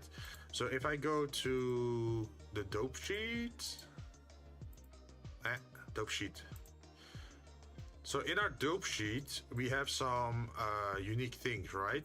We made this ourselves, and we made certain key points where if we move those, it moves everything. So, for example, in the past, we had to move this first, and then this, and then this, just to get everything correct, right? But with the inverse kinematics, the only thing we have to move is this thing. And if I do that, it will calculate everything in between to make this arm move correctly. As you can see, it does the bends automatically. We just have to decide the endpoint and the rotation of the endpoint, because hey, it's still facing down, which is not good, and it is also limited. So even if I put it all the way here, you can see my arm is not following all the way there, right? There's still the limit of the literal arm, like the bones, preventing me from pulling my own arm off. So that's cool. And we also added that for the legs. So instead of having to do every joint by hand, what we did was we added this thing. So you can see you just have to position your feet well, and then we only have to do the last two things because the knee joint is already taken care of by just us doing this. So even if we were to jump over something like something big, we could have it like this. that we could like jump over something, I don't know, big.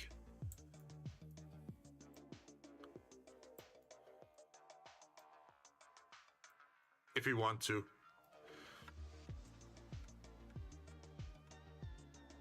But yeah, it takes some time to learn this kind of stuff. But that's what we're here for, right?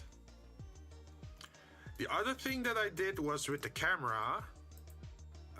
Let's see if I go to object. So I did this before with light effects, right? That if we have a light somewhere, for example, we can have that over here. If it doesn't crash on me, that is. So we have a spotlight on the table, right? So what I added was, you can see it in the blue lines. We have like multiple light sources in 3D. Yeah. So we have multiple light sources and they are all focused on this thing.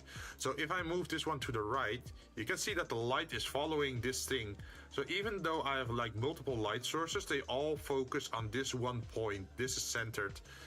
So I can just move it however I want and it will always follow it. It's like circus lights, right? If you go to a circus show or like a show on the stage, that the lights are like tracking certain people on the stage.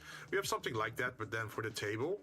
But we have a secondary one, and it's a little bit dark, so it's not easy to see. But we have one here as well somewhere. Let's see, is this the one?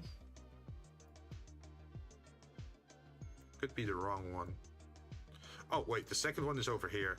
So we have some lights focusing on the face of my model, and if I take it away, it will actually darken my face. You see, it's not doing it by a lot. Okay, there you see. So depending on where the camera is, we can also decide where our light is, and then during the animation even change that. And then I also added an orb for the camera. So for example, this is our camera, right? And it is tracking the orb on the ground at the moment. But if I want to if I want to move my camera like backwards, you can see it will still focus on my feet. It will still focus on this orb. So that allows me to move my camera like in any direction I want, and it will still focus where I want it to focus. Like if I want to go here on one frame, and then on the next frame I want to move it up like this, then the camera will start here and then start pointing upwards. Well, we can also move the source of the camera like this. So we could have like, oh, the camera's at the front and looking at the feet, and then it's moving here and then it's looking at the face. We can do all of that now. So that's what I've been getting into, and that's also why I haven't done much lately on the microwave thing. Because I was like mentally preparing myself to do this kind of stuff, because it's kind of, well, it keeps stacking on top of each other, right? You're good with backgrounds. Thank you. Yeah, we did something cool as well with the texture. So you can see the textures here, right? This tile set over here. This is not a texture. This is all made in Blender. So if you look here, then we can go to the material and we can actually change all these values over here. I followed the tutorial on how to make it, but we can literally like here, we can have tiny tiles, like little bathroom tiles, or we can make it like very big tiles. Let's see, close to, yeah, like we can have like huge tiles like this using nodes. Yep. And then we also have the, let me go back to normal. There's also the noise, like the effects on it, or like the scale of the tiles or the roughness. Like, do you want it to look very wet, or do you want it to look like very dry, right? And then we also, I think this one was custom, I think. This one, it wasn't in the tutorial, but I wanted it myself, so I could make this kind of stuff. Like, if I close it totally, it looks like this, or we can have like little things, or I think it would look interesting as a pattern, or you can just totally remove it. And then it's just like a stone wall. You can also make a brick texture. Yeah, true. But I wanted for the floors, a tile pattern is usually nice. And then for the wall, a brick pattern is usually nice, right? And let's see, if I turn on the camera here, let's see, where's the camera? The camera's here.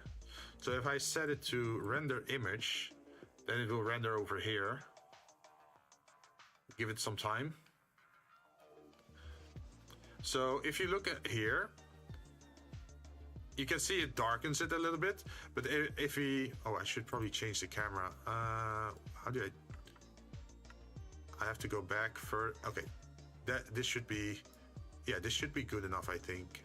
Let's render the image.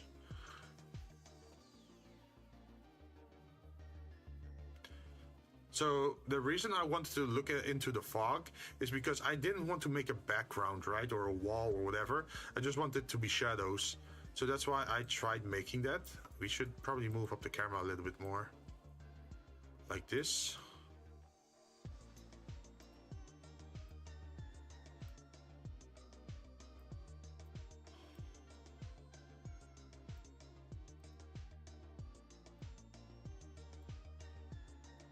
Let's see, render image. Let's see if it works for now. Oh yeah, there it is. So we are looking between the shoes of my model, right? So you can clearly see this is the outline of my shoes. You can see some detail, and you can see the floor, right? But the further you go back, the foggier it gets. So even though we don't have a back wall here, it's still all black, and it procedurally turns darker on the tiles, as you can see, the further back you go. So there's no need to actually place a wall behind this. It's just darkness, because it has to have that mysterious vibe of like stepping outside the shadows, right? So that's the idea behind it.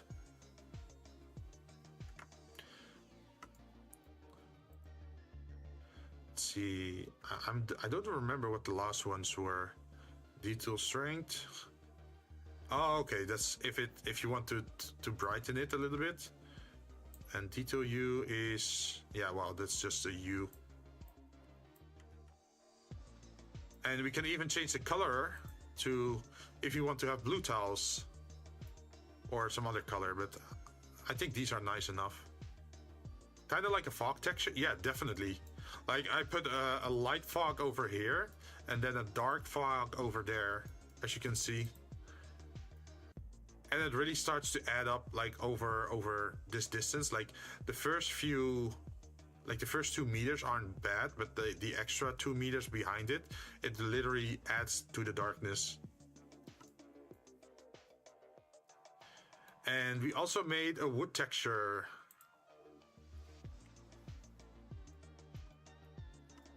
Over here. And you can see it's not just the wood, it actually has some patterns here as well, like disturb. You know how wood looks, or like, right? That is not perfect, that there's like those circular things in there.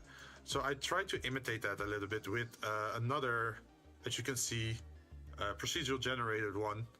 And the nice thing about that is that I can keep reusing it now without having to worry about size or like how small something is.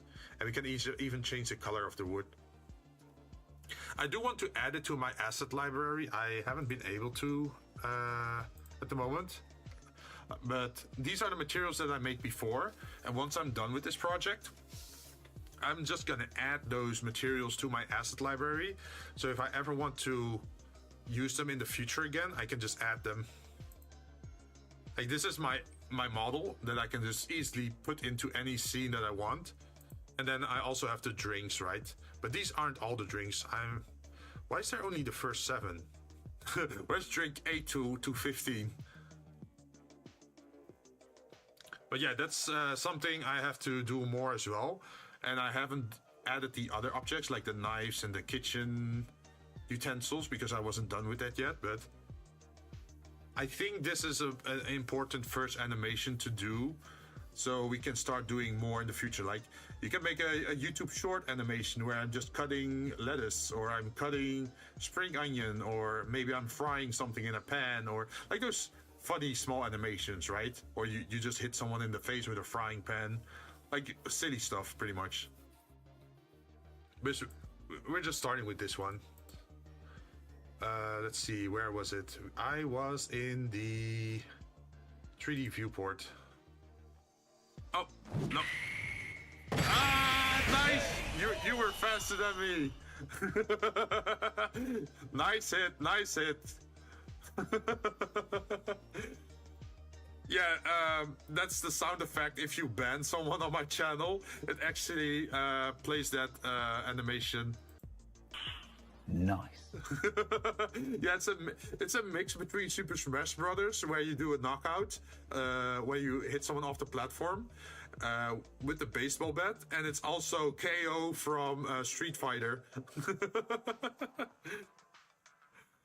Yeah, and that's also something I want to turn into an animation in the future. Like every time someone gets banned, I want to, on top of chat, I want to play an animation where you can see me walk up with a baseball bat and then just have some, like, and then hit some flying drone or robot just straight in the face and send it off flying like Team Rocket from Pokemon, like straight into the distance.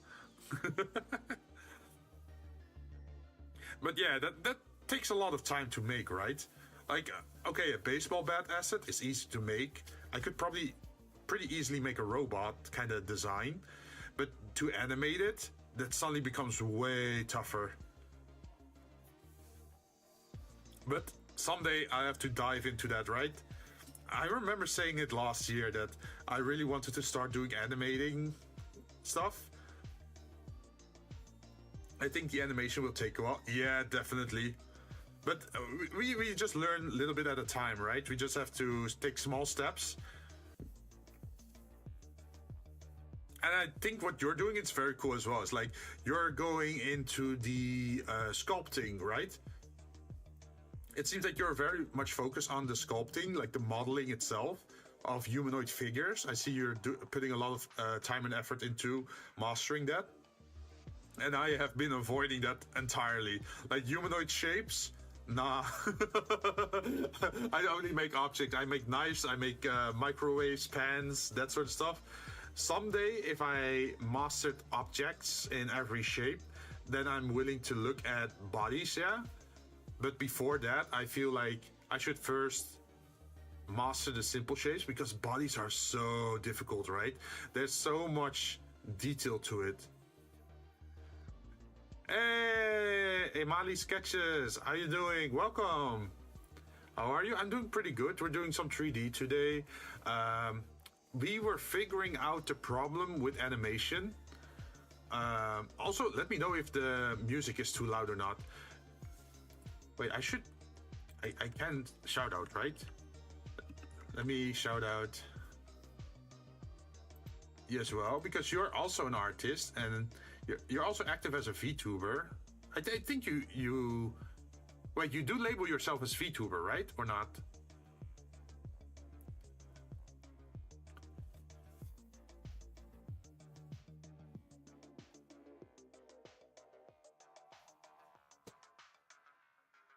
But yeah, Ted Clouds here is also a 3D modeler, and he specialized more in humanoid 3D modeling, and I'm mostly into objects. But I'm slowly learning animation here as well.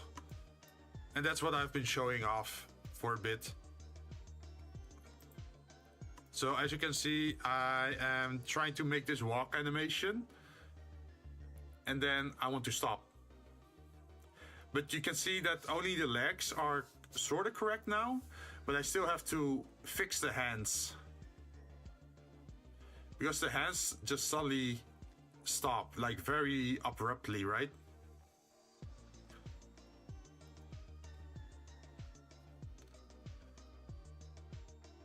Nice, thank you. It took a while. So far, I've mostly been working with like objects. Wait, maybe if I save this, I can maybe show you even. Let's see if I can open my other file. Let's see. Open recents. We got the dice, we got the loot box. Oh, wait, this is a thing I made in between as well. So I didn't make this face piece, right? That's a little bit outside my comfort zone. So I just picked a basic head like this, and then I was making like the helmet from Final Fantasy VIII, just to see if I could try to be able to do that. So I did make the scarf and the sides and the helmet part at the top, but I didn't make the like this part, this face. I didn't make it. I just did this, and these parts.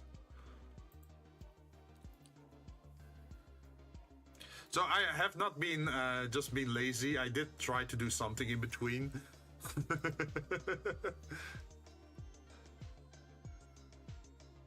That's really good. Thank you. It is rough though. Like, I'm not good at sculpting at all, so I just wanted to give it a try to see how it works. Let's see, we also have the kitchen utilities. Do we save? No, we don't save, because we didn't change anything. So this is our accursed microwave that I'm still working on and still not finished. But it's still a project that I'm working on. But as you can see, we have our fancy scissors here that we made. And I should probably reveal more of the objects as well in the area. Let's see. There we go. So now we have the entire set. So you can see I made a set of frying pans, and I made like the cooking pots, and I made different types of knives, scissors, and even a sharpener for your knives. And then also 2 types of blocks to put your knives in. And then the accursed microwave that I'm still working on and it's still not ready. I did add some detail to the backside, as you can see. Like usually you have like some bolts or like screws inside here, right?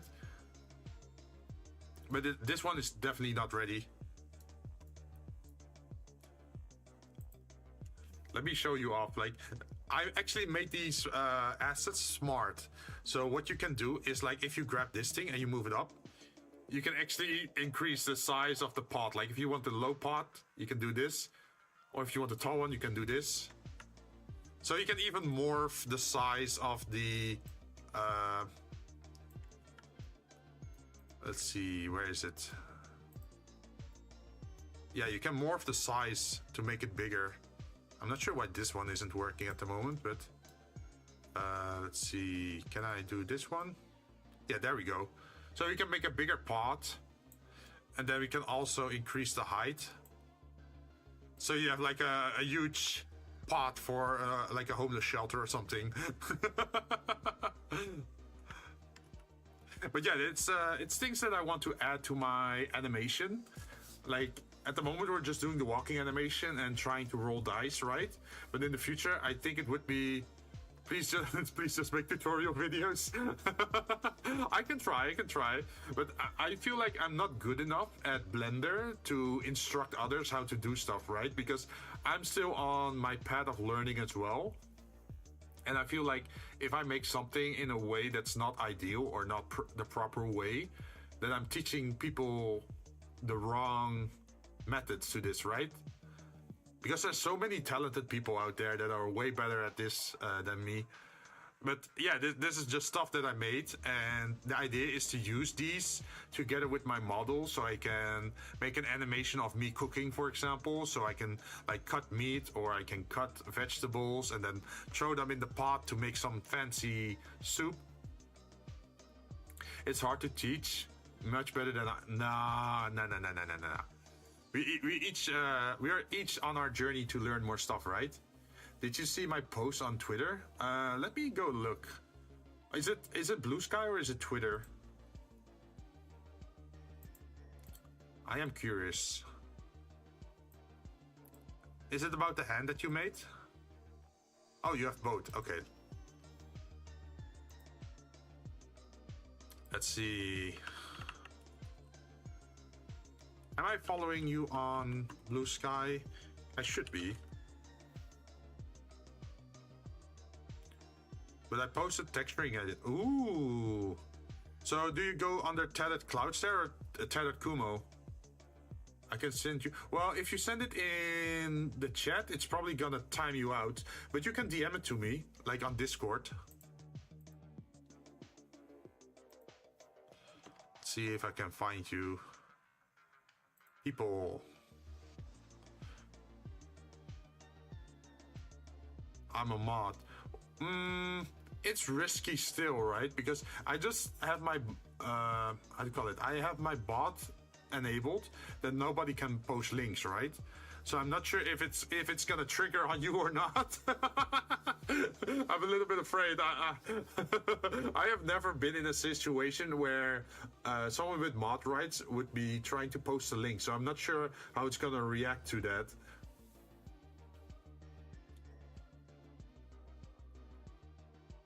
Is it safe? Oh, it's safe. Hey, there we go. Okay, let me grab that link. I am learning how to texture paint properly. Oh, wait, did you make the eyes?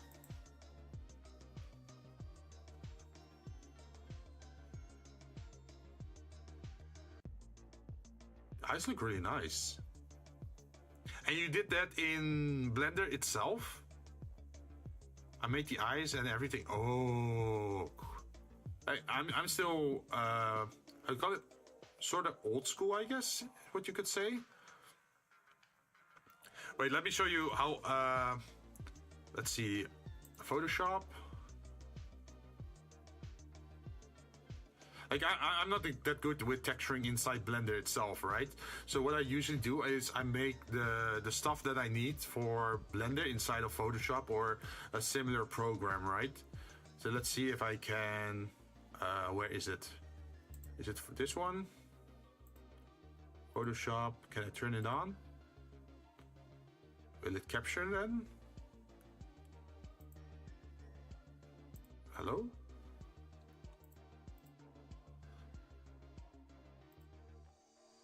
I don't think it's capturing it. Why is it not capturing? Oh, can I change this one to Photoshop? Blah, blah, blah.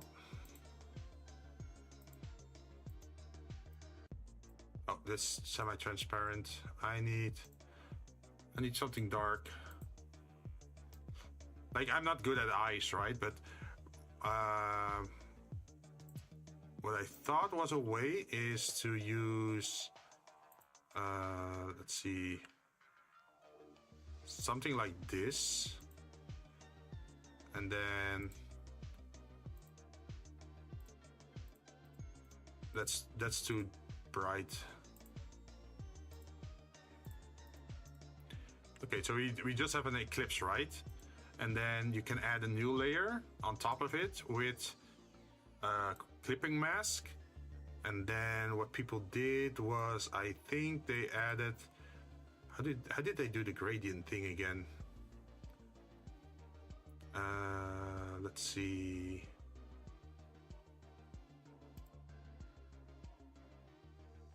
There was a way. Oh wait, no. The baseline? Was the baseline darker?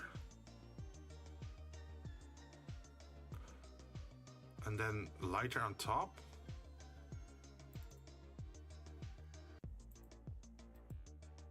So imagine it was like this, and then we have a thing on top, and then we make it a little bit bigger and semi-transparent, and then no, that's that's dark. We need a lighter color.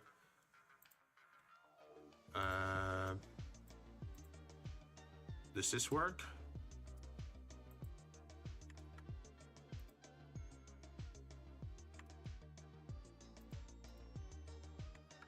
That's too much.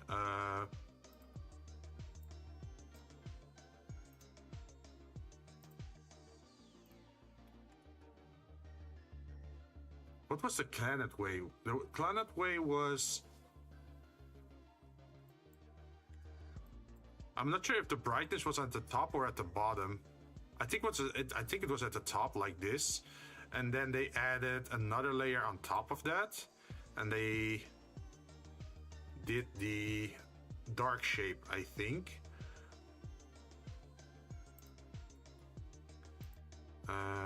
Size smaller.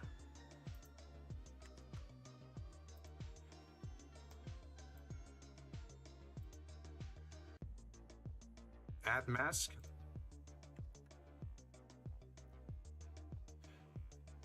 Let's see, I think it was something like this.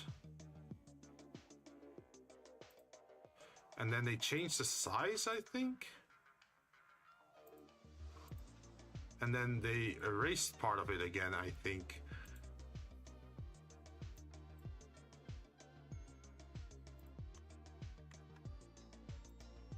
I think they did. I'm not entirely sure, but I think they... I have to aim better for this, I think. Like, it was something like this, and then they transformed it.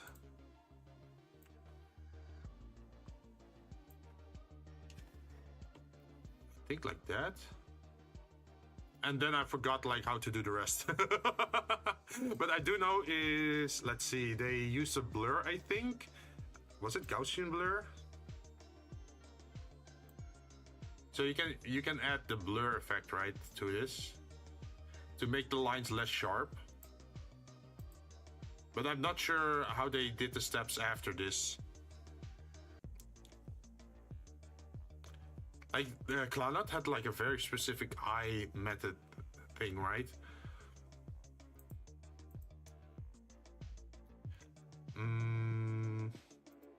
And then you could multiply it, or was just overlay it?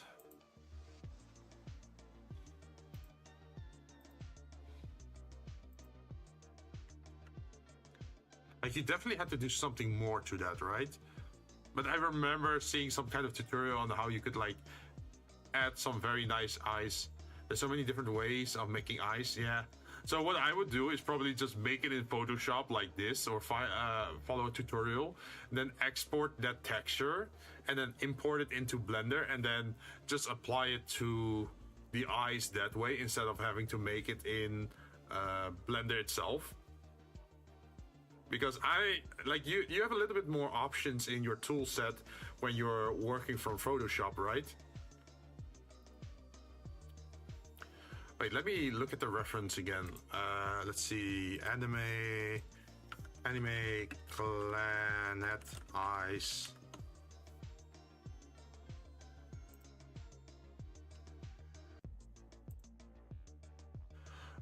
Oh, it's the inverse. Okay, so let me copy that onto my field so you guys know what I'm talking about. Oh, that's a little bit big. Transform, scale.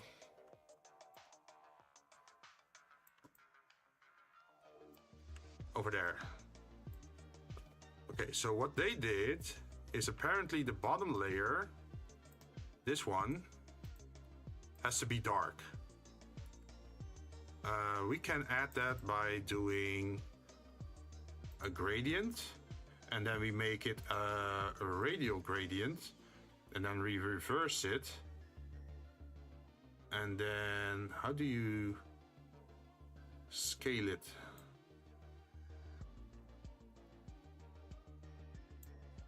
And then do we multiply it?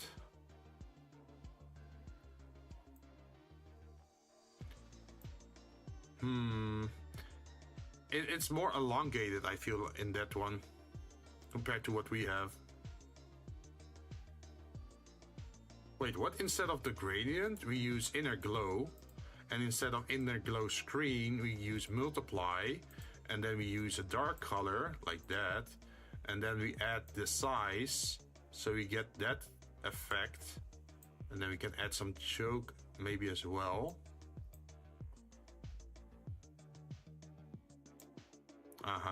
Opacity increased, maybe, question mark.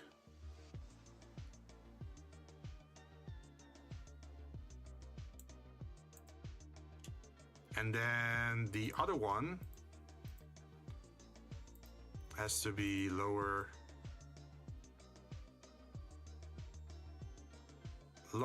yes. And then what we did on the other layer, which was this, instead of it being darker, what we should do is make it vibrant. So we do probably color overlay, and then we need a bright blue, for example.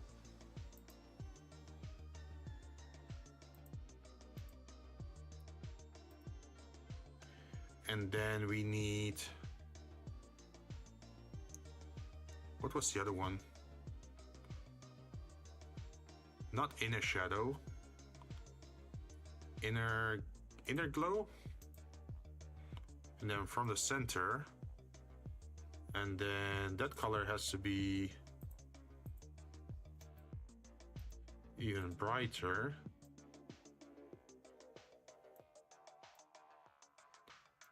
It is kind of tough to do though. Like, I'm not a drawer at all. People keep telling me to get Substance Painter, but so yeah, like there should be like an alternative to that, right? Hopefully.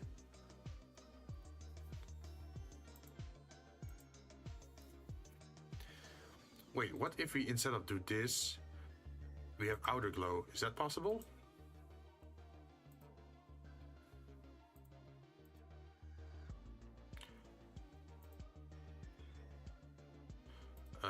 Normal. I think we still need a color overlay.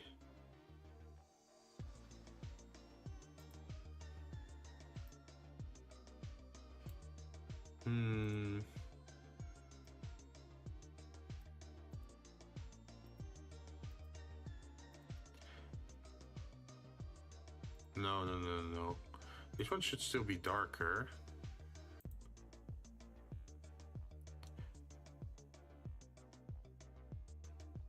Wait, is it really?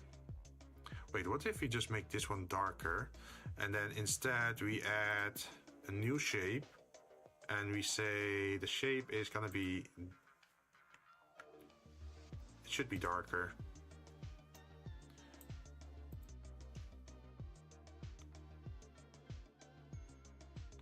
Let's make it like softer. Not that soft.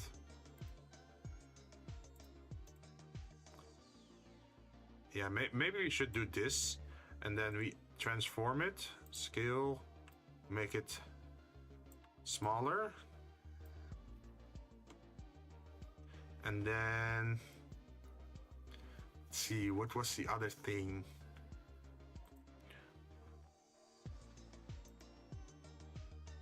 It's so weird to do. Because there's definitely some darkness in the center of the eye, right? But there's also like something bright.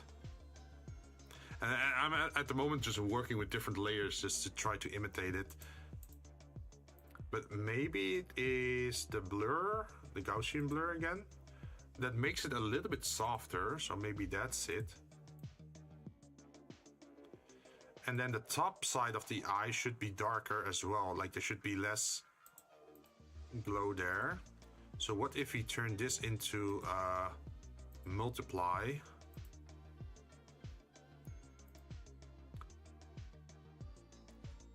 Maybe move it up and down. There's not much effect there. If we increase the intensity of it, it would have to be darker still.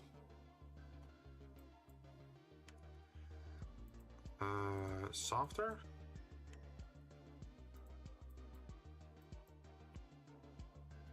Okay, we're getting closer, because you can see that this is the darkness, and then you would need some highlights for the reflection, right?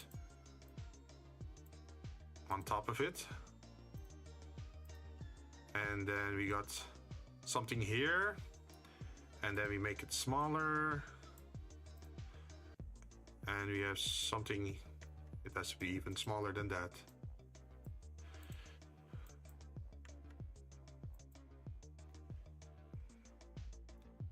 I'm not sure what the things at the bottom are. They look a little bit strange.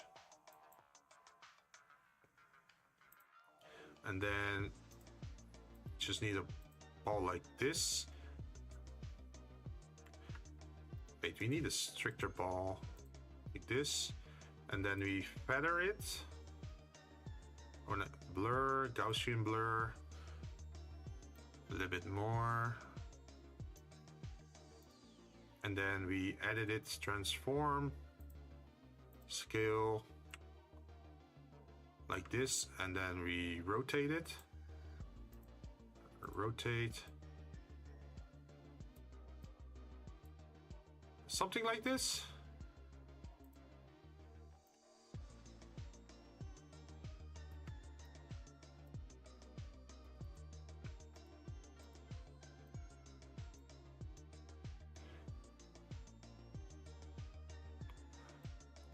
Use an airbrush for the shin and gradient.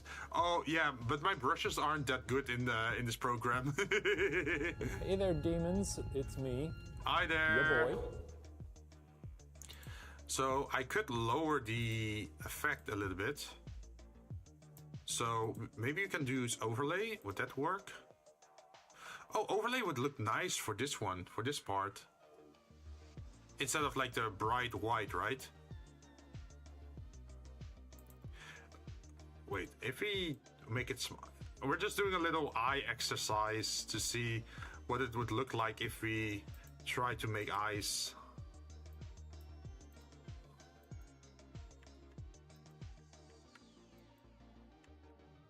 Okay, we need to erase this one, or these two, and then we're gonna do, oh, something like this, I think.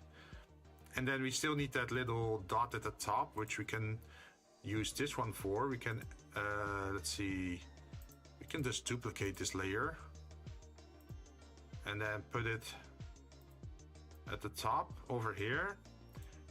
But we should probably rotate it back like this, and then transform, scale, make it a little bit more round again, I guess. And then transform, rotate again. I wondered, should we warp it a little bit? Transform, warp, like this. Is this sort of close?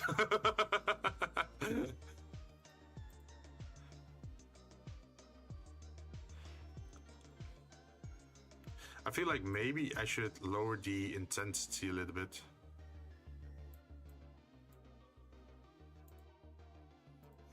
For this one as well. I'm doing good. Yeah, we're all doing good. Yeah, so we have the darkness in the center, and that goes into the darkness at the top, and then the most colorful part is at the bottom with two highlight areas. I think that's the clown out the way to do eyes, something close to that. And then you would probably add the eyebrow things. Like I'm not good at eyebrow, or like I call it the outlines of the eyes.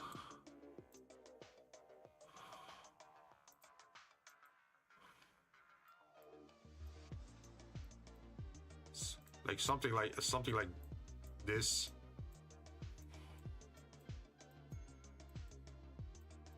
And then they do something like this, right, at the bottom, and then I think they do it like this. Like, this is very rough, right? But I think they do something like this.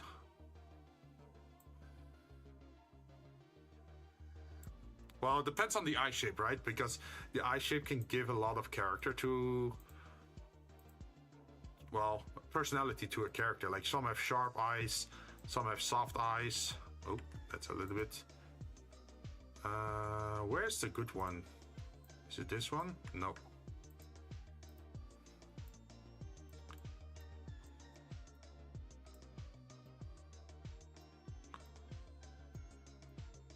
Oh, I have to change my brush. Like, sometimes my brush is a little bit too jagged, and I have to smooth it out just to make stuff look nice.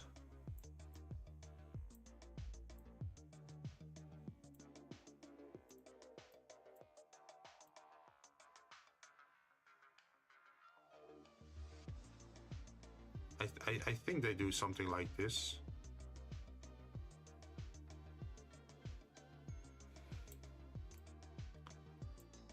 And then they have like the, how do you call it? Like the eye whimpers? Like, how do you call it? Whimpers? Eyelashes. They have like the eyelash stuff going on as well, right?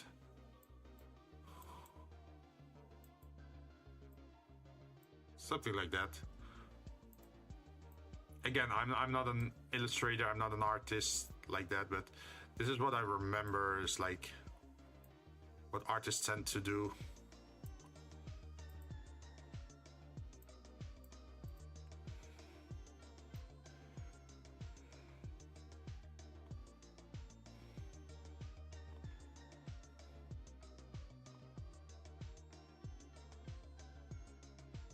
Especially for female eyes, right? They add a lot of detail to the eyelashes.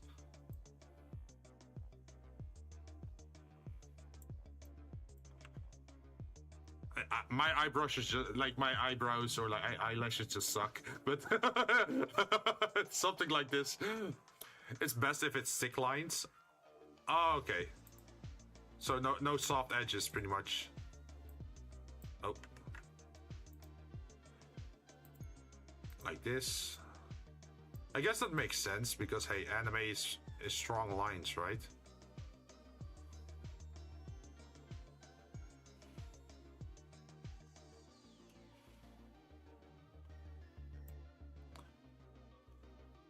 good when you change it to 3D. Oh, true.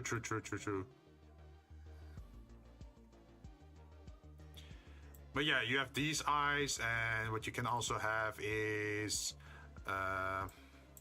wait, I need a new layer. You could have... Oh, that's very ugly. You can have... like something like this, I think.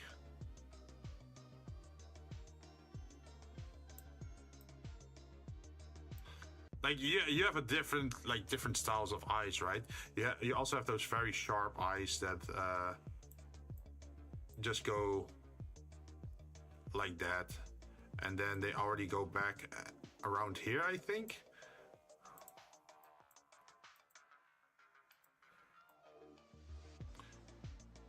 Like more the oval type eyes. But I'm not sure what to do on this side. I'm not sure. Is that where they just add the nose bridge thing? Or tired eye lines? Like the bags under the eyes? How's your health? I'm doing pretty good. I do have sometimes I have a low social battery, so whenever I have some busy things in real life, then I can feel a little bit drained, but usually during stream, I'm having great fun. Especially when I can do like creative stuff or just play some games, right?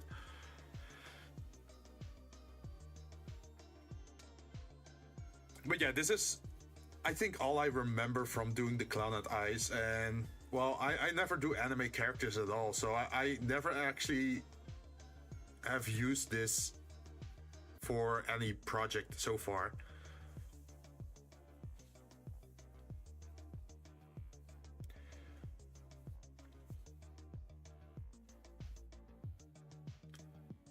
I wish I could draw like anime, man. That's like a totally different skill set. Imagine just, instead of 3D modeling, I could be drawing waifus all day. Or husbandos.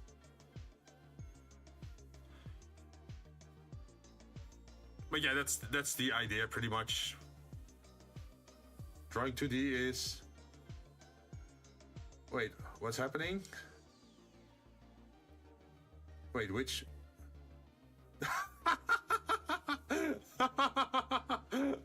Well, someone automatically got stopped.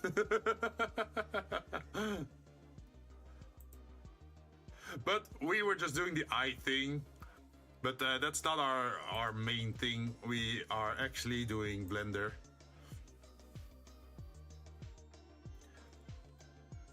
Let me go back to it.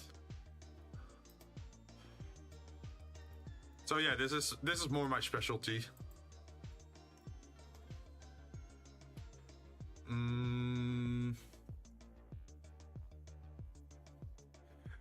Also, RZX, I see that you posted twice, but both times you said something that could be considered offensive, so mind your words. You're gonna get, well, it's gonna get filtered still, but yeah, don't use it as a swear word.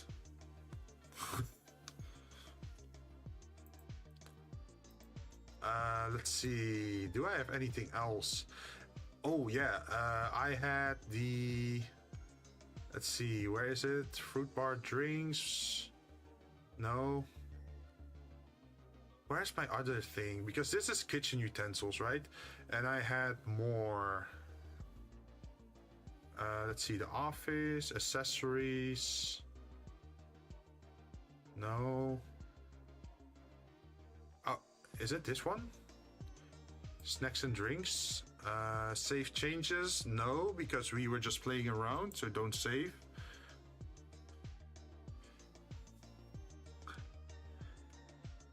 So this is what I also made before, just different cans in different sizes, and also drink bottles.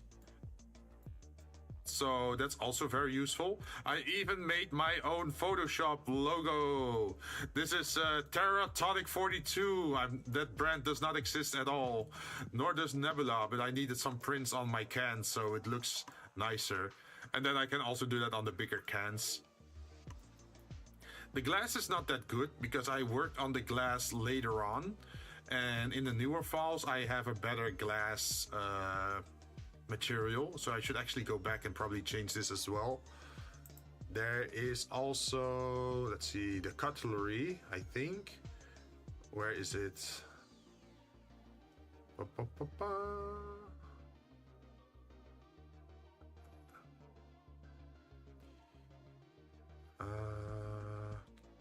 I think it's this one. There we go. So we didn't add detailed textures yet, but this is just like, we got forks, we got spoons, we got knives, we got chopsticks, we got different plates. And the cool thing about these is you can morph these as well. At least that's how I made it. So if instead of 32, I made it 4 corners. Ta-da! We now have a rectangular.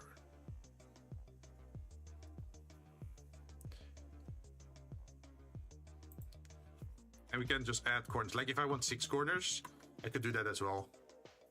But this one doesn't look as good as the, let's see, the 4 or the 32. 32 just makes it round pretty much. But yeah, we have different cups if you want to drink tea or coffee, or we have salt shakers, soya bottles, cutting blocks. These are kind of ugly though. like these. The texture for this is not good. Like we have some fancy looking napkins, but the texture is kind of ill.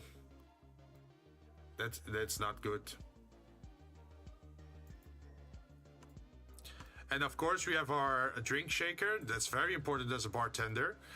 We have the claw to pick up ice cubes, but the texture for the ice cubes is horrendous here. Like look at this. This is just a texture painted on a displacement tile. Like if I were to remove the displacement over here, you can see it's literally like a flat texture, and then I added just a displacement modifier to it, so it imitates as if there's like actually shapes there, but it's actually just a flat texture.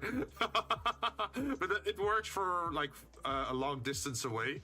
We also have like a water can or like a water cooker, and this is the improved glass that I made, so you can actually see some of the reflections around it, right?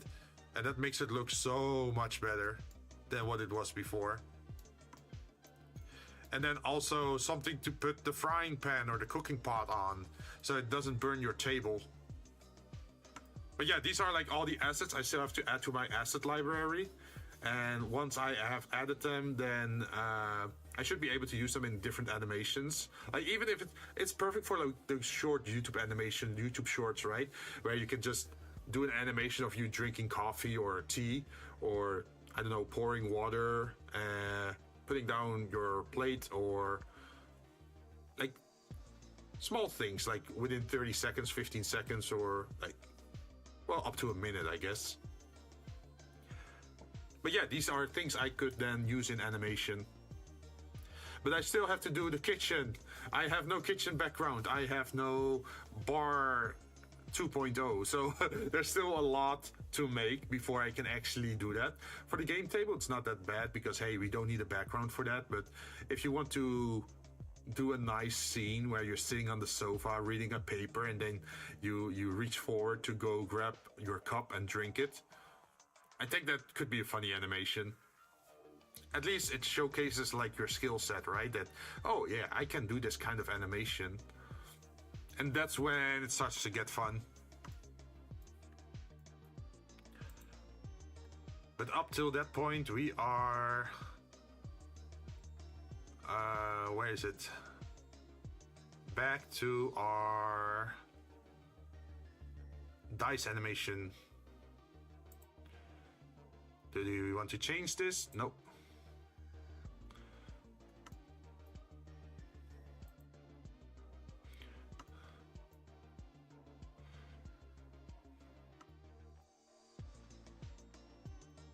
We are still the mysterious walking guy that just stands in place.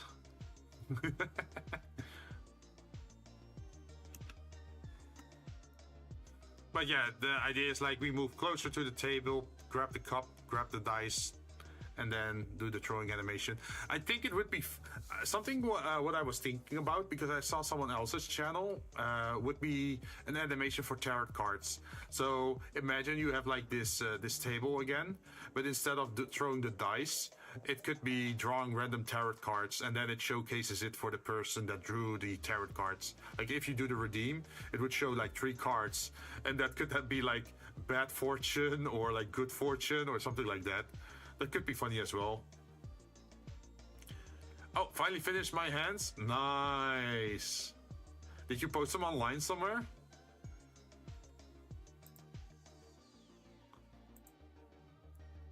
Let's see. Also, now that I have your blue sky, I followed you. Oh, I see the hands. Hands? Question mark. Oh, you're starting to do the nails as well. That sounds so tough, though.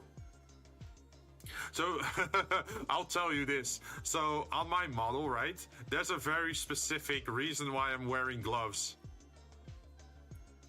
And that's because I suck at hands, but I also am bad at making nails. So I just decided I am gonna wear gloves until I know how to do that. So I don't have to deal with it for now. I'm still safe, and then I can worry about it later on. That was my plan. Another thing, a nice animation trick is like, if you are bad with, for example, you have an animation where if you talk a lot, you could literally just make a half face mask that it covers your bottom face, and then use emissives instead of actually like using the mouth movement, so you don't have to do that. Or if you don't want to do the eye stuff, then you can have a face mask on, and then you don't have to do that. It's all possible, right?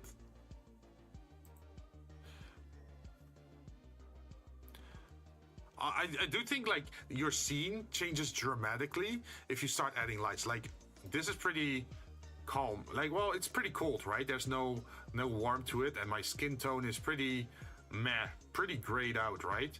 But the moment you add like the color effects, like suddenly with the warm lights, it starts to look better.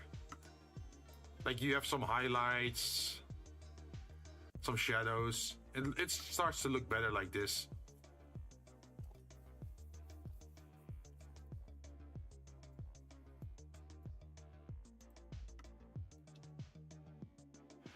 But still, we're walking.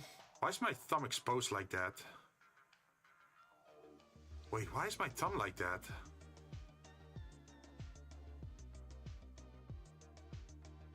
I don't like that. So once my hand is still, it does go down, but why is it not doing that earlier? So if I go here and I go editing, and I go to dope sheet, and then I go to pose, and then pose mode over here.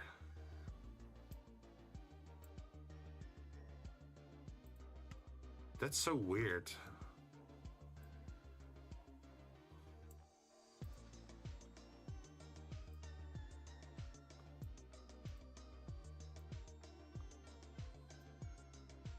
Oh, that's one.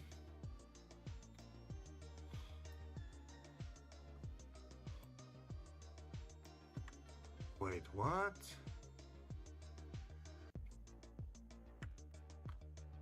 Wait, do I have to apply available? Location, rotation. That's whack.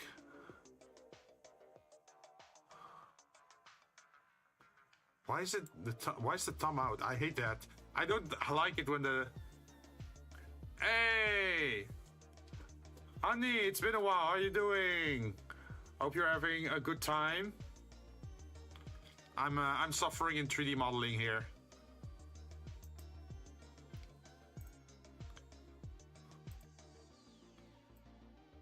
Still trying to change my thumb. Ah, that's so weird. Why is it doing that? Non-linear? Uh-huh. Wait, what if I do dope sheet and I press A? And then... Why is it not remembering the setting?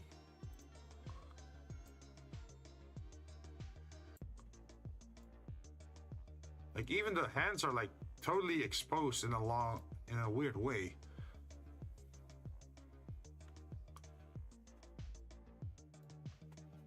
If I do location, rotation, what does it do? Okay, now it's bending, like it's now a little bit more normal. That's good.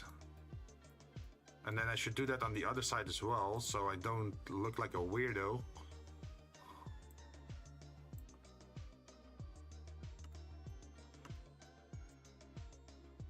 Let's move you inwards, and then move you inwards.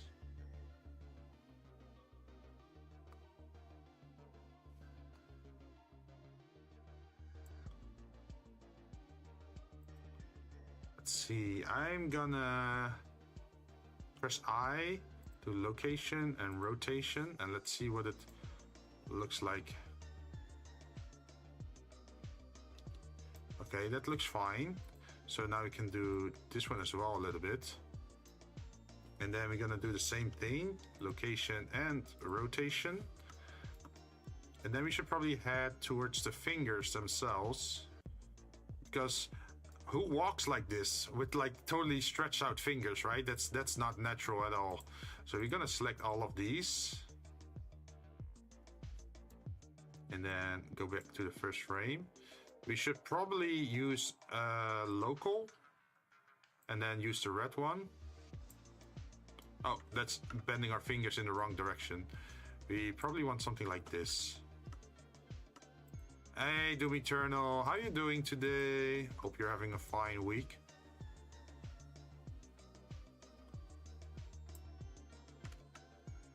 Okay, maybe we have to split it into two then. Like we can't do it all at the same time. So let's bend inwards a little bit. It only has to be a little bit, not too much, because otherwise we're gonna have gorilla fingers, like claw hands.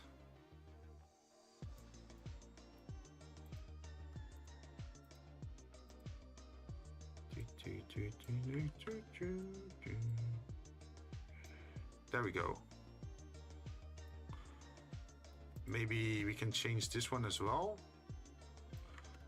Question mark. I'm still tired. Oh no. Okay, so if we press Y and then on rotation and on location once again, then our hand should be a little bit more normal looking. I think the strongest bend is probably your middle joint, right?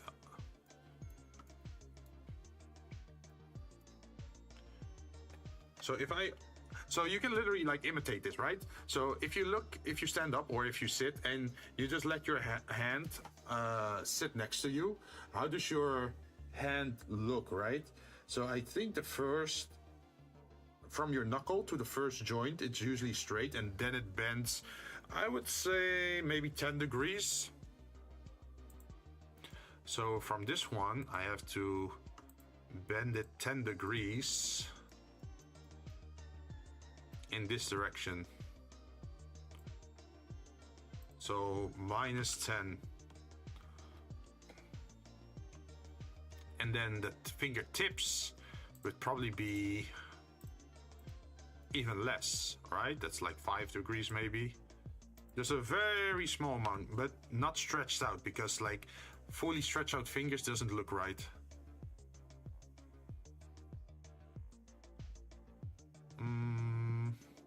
Wait, why am I on this frame? Uh-oh. I have to redo it. Okay, so again, this one, 5 degrees. 5 degrees.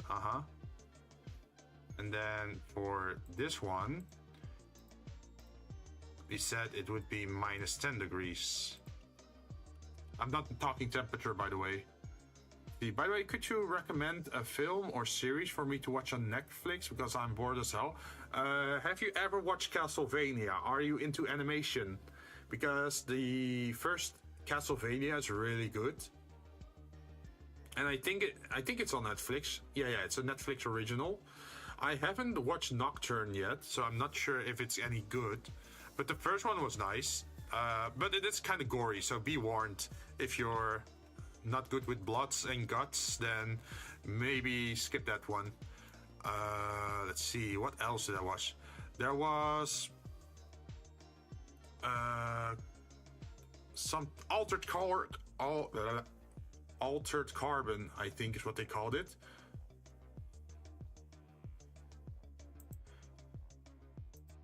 I'm not sure if you're familiar with that one. Let me type it out. Altered Carbon is a very interesting show in that it takes place in the future, and if you're put into prison or whatever, then you don't have access to your body. Like your soul is inside a chip or whatever, and that means someone else's chip could be put into your body, and then they can pretty much live with your body. So it's like a very dark future where the rich could like buy the best bodies, the best looking ones, and poor people would have to rent out their bodies. But in Altered Carbon, you follow the story of an assassin that comes back, and I think he really has to, like, I think it was to kill someone. But he's not in his original body because his original body was Asian. But the main character is like a Caucasian guy. So they don't recognize him as the original Asian guy. And that allows him to move around a little bit more. And it's also that, for example, if you're an assassin and you have work on Earth, then... Oh, I'm heading to bed. Take care, Jinn. Thank you. You also. Take care. Good night. Sleep well. And see you next time. And for those who don't know, Tattered Clouds is also a 3D modeler. He streamed earlier today. So if you're into 3D modeling, also give him a follow. Let's see. To finish my story, so an assassin, for example, could do his work on Earth and then upload his chip to the network or whatever, and then be downloaded onto like a different body on Mars, and then he could like instantly move back and forth between like those planets and do his mission and then get out again. And the only thing they would find there is his body, but like the person inside the body would already be gone. I'm not sure how the second season fares, but the first season was interesting. Let's see, Castlevania is amazing. Nocturne is pretty good too, but I feel less since there's no longer the chemistry of the main trio. Oh, yeah. Yeah. Well, Alucard is still there, I think, right? But yeah, well, the others were just human, so they probably died over the years. Let's see, other Netflix shows. Wasn't, what's it called? Ray Zero? No, not Ray Zero. Re. Is it Re? No.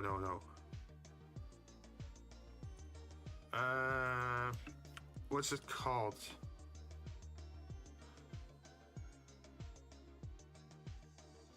Oh, Erased. So Erased has an anime, which is kind of interesting, but it also has a live action variant. Where it's just actors, but the language is still Japanese. I'm not sure if you're into that.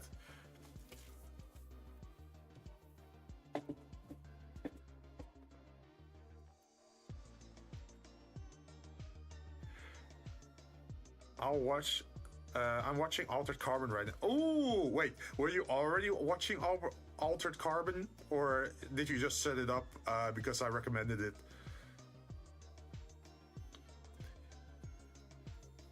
Nah.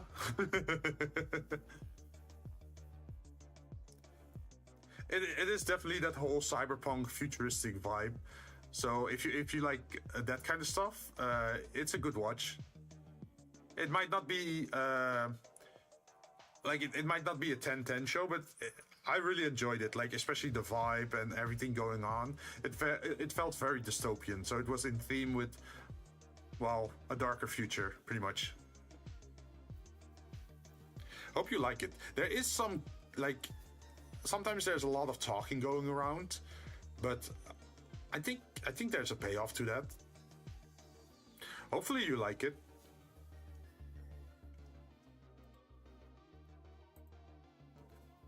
Let's see, how are my fingers? My fingies. I already bended them. I'm not sure if I added the location and the rotation to it though. So let's see what it looks like now. That one is fine, but the other one is a little bit weird, right?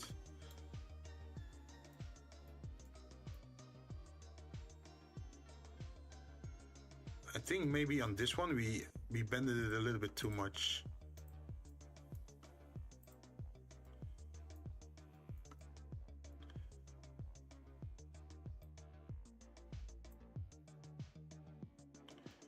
And then we do this.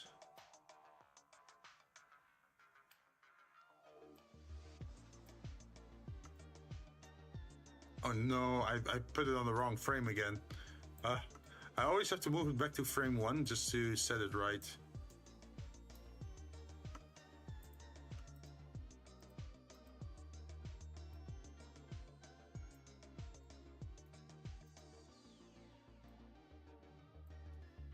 Okay, so we press A, and then we do location and rotation. Let's double check our first hand. It feels kind of flat on the thumb.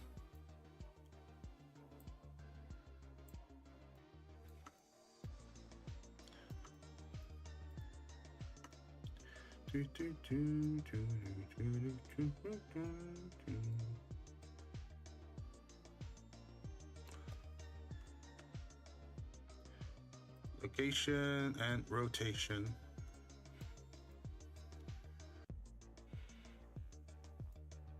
Okay, there's something wrong. What the hell is going on there? You see that? Why did my legs mess up?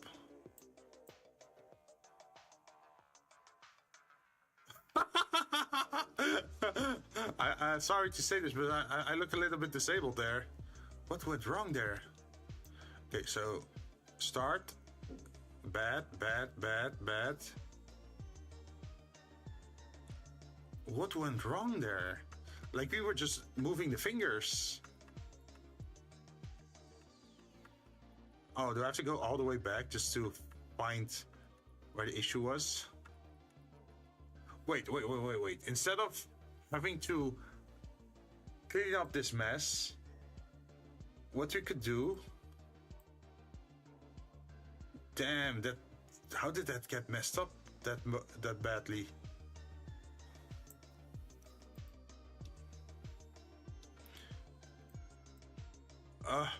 I don't want to fix that manually. I'm just gonna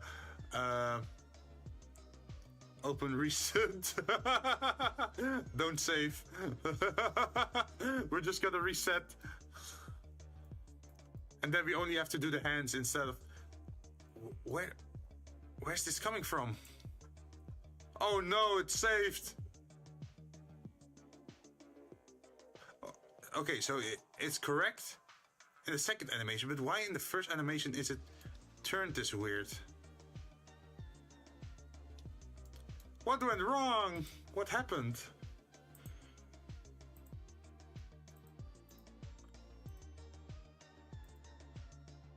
Oh no.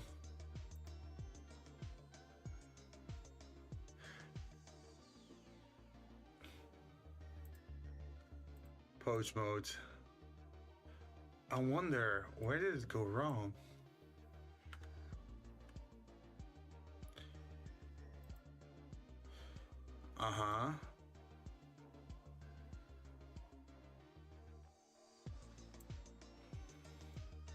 Okay, so everything here makes sense, right? We have on every individual thing. What about this one?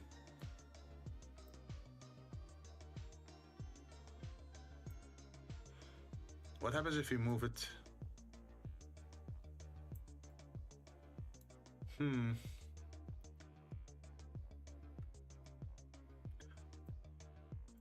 Oh no. We had such a good walking animation.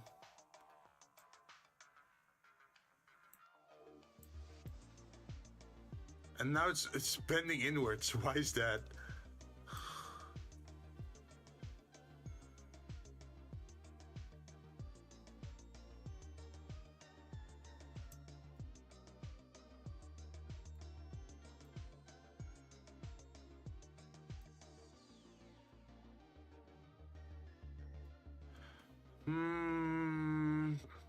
How to fix this?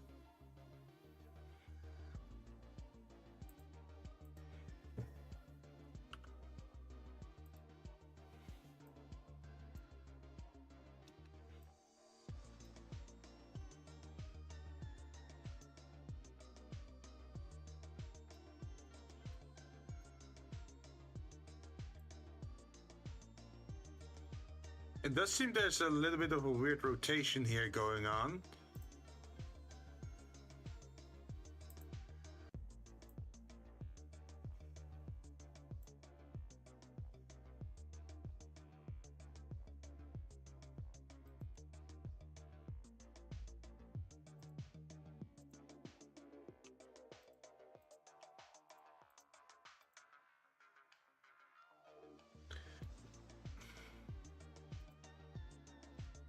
Yeah, there is a weird rotation going on there.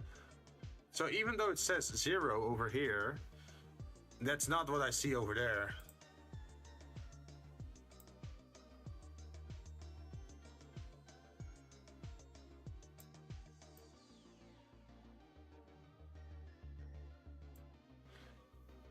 So something really messed up must have happened.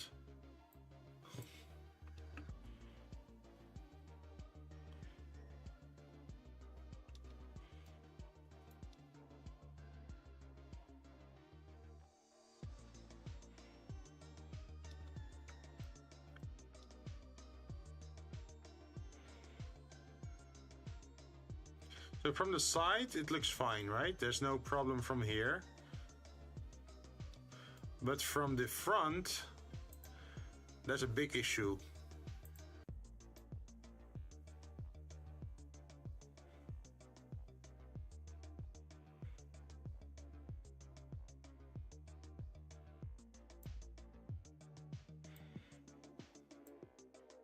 I do see that here, the joint is all the way outwards.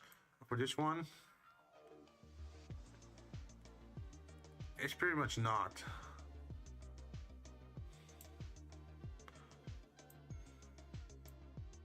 So if I'm location, rotation,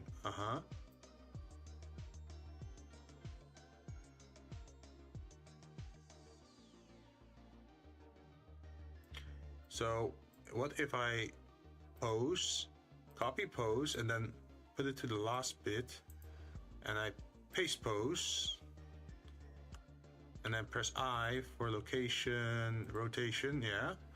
So what it's gonna do now?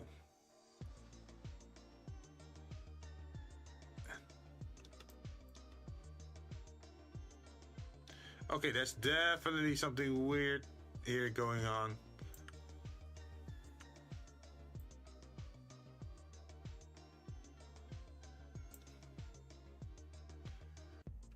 Okay, is it frame 0? Yes, it's frame 0. Paste pose. And then press I for location and rotation. Is it looping now? It seems to be looping now at least. But then I have to fix the rotation here as well.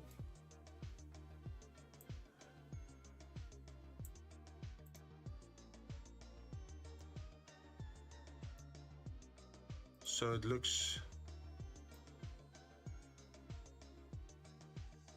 better.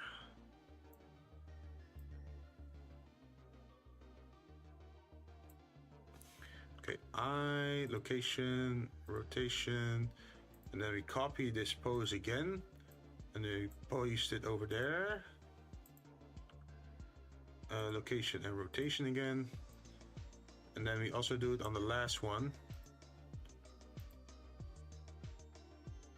Location and rotation. Okay, we still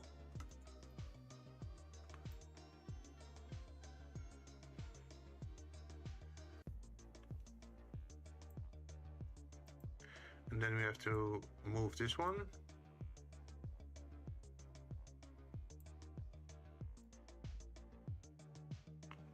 I think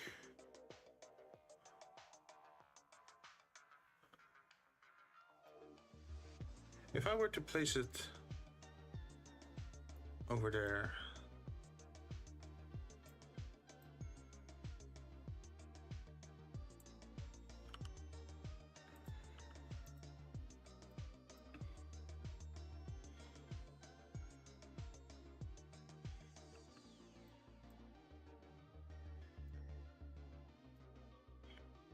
okay, it's just the leg part now. That's weird.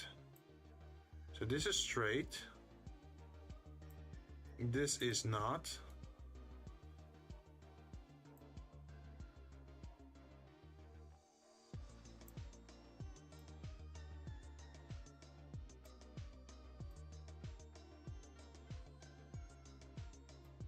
Like this. Location. And then can we copy this one? I don't think we can copy this one. This is unique, right? And then over there, we're stepping on the floor. But this where it also has to move. Pretty much straight ahead.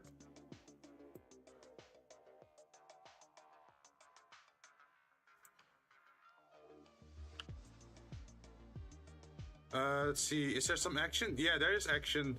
I think there's a few shootout situation as well. So it's not just story, there's some other stuff going on as well.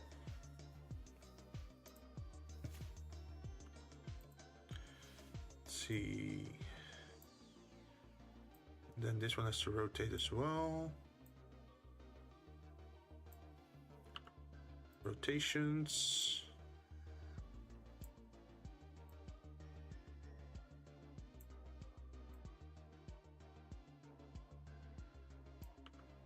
Rotations.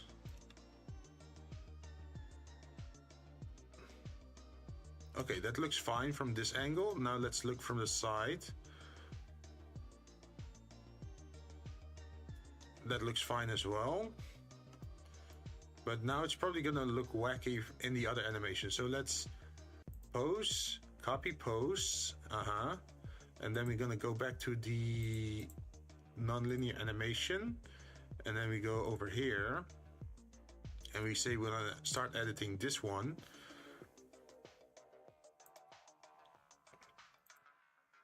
And then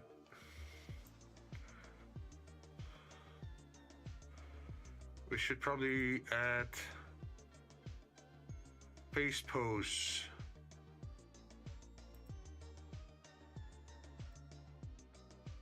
No, it's weird. Huh. Wait, so if we go to non-linear and we just do this, how will it play? So there's a straight step here, and then there's like this. Wait, can I? What's the best way to solve this?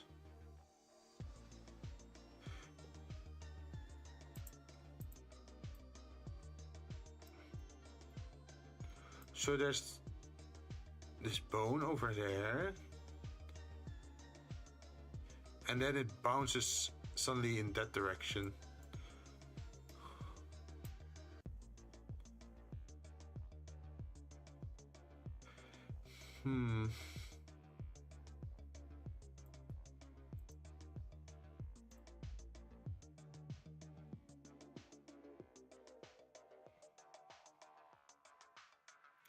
So I should start editing this, go into the dope sheet, and then pick the last frame, and then select everything, and then copy pose, and then go back to the nonlinear, go over here, and then start editing the other one.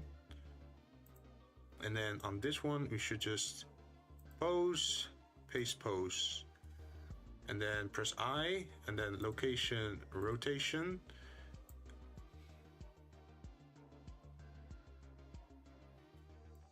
And now it should be fixed in theory. Let's see if it actually does that.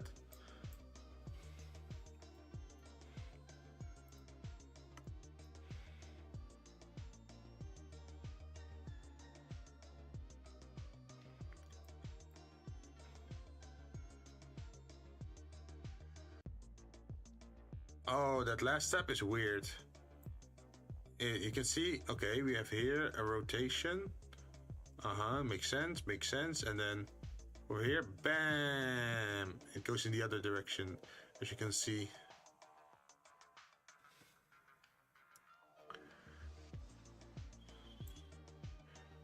So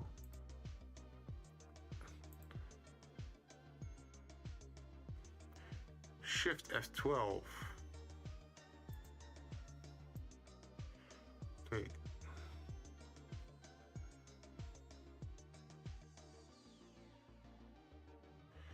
So if we go to this frame, and then we grab U, and then we say copy pose.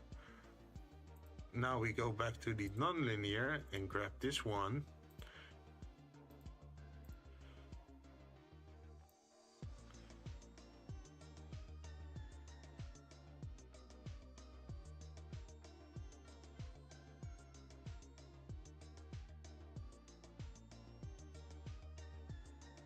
Wait, why is it going up?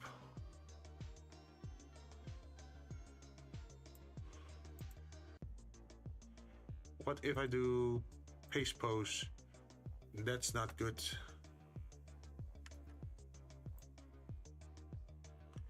So we start here.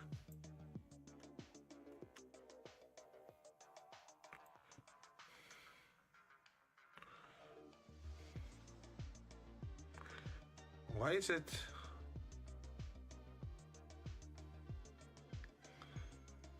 You start here, you go here, and then you go down.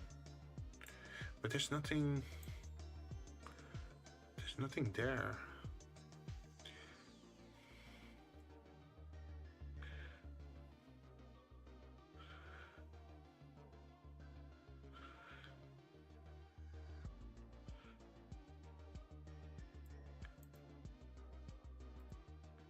Paste, pose.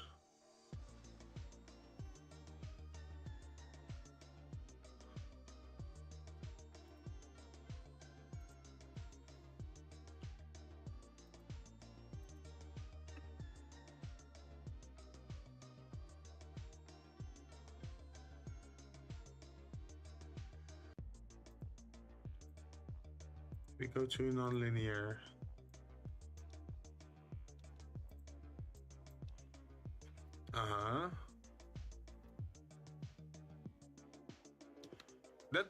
That's still fine. That still works, I think. So we have the normal step, and then the last step is a slightly different, but we also stand still then afterwards. We have a triangle movement.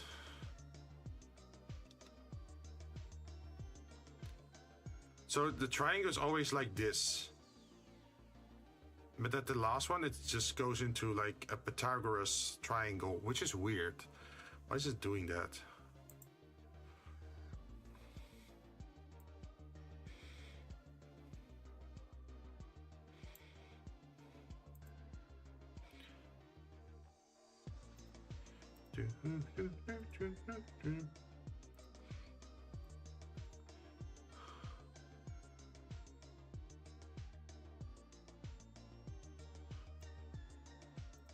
So should it just be more...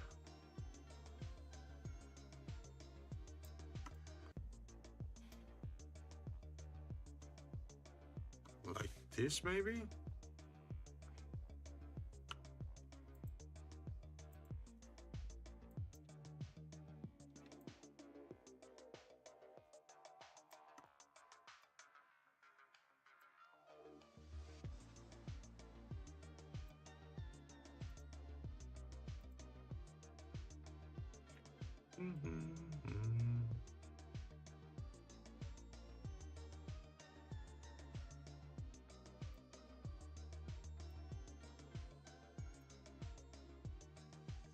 Okay, I think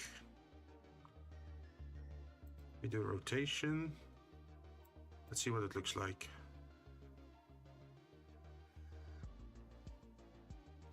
Okay, that looks fine.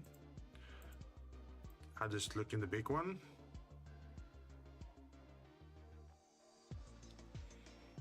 There's a jump there.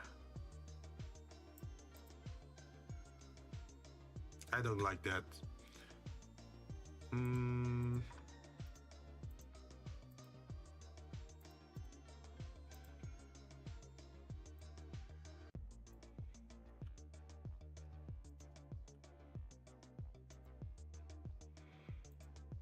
Copy pose again.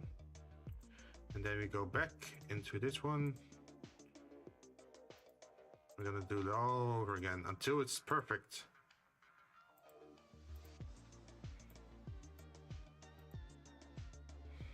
And then pose, paste pose. And eye, location, and rotation.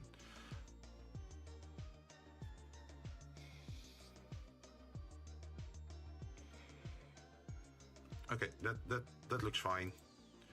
Dope sheets. Nope. Non-linear animation.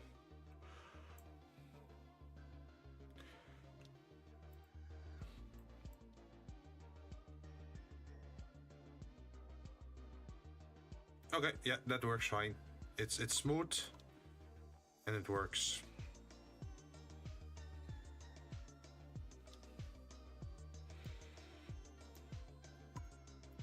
Now the question is, how close to the table do we have to be to do this animation smoothly? I think we should work from the table because that's where we gotta stop, and then we can move backwards from there to calculate where we should actually be.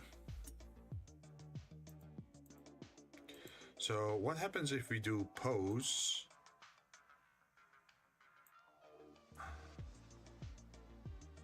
And then we walk, and then we stand still.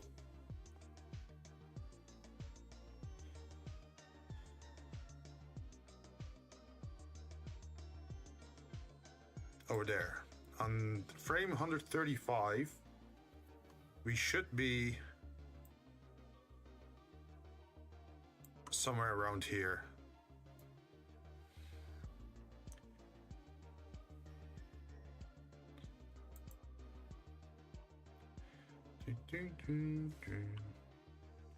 Location. Why are we studying start? Why are we on the table?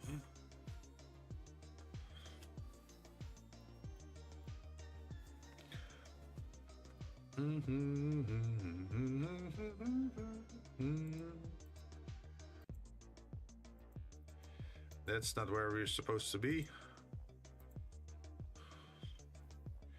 If I say location, what does that do? Why does it add me on top of the table? Why? Excuse me? So weird. If I say this, what?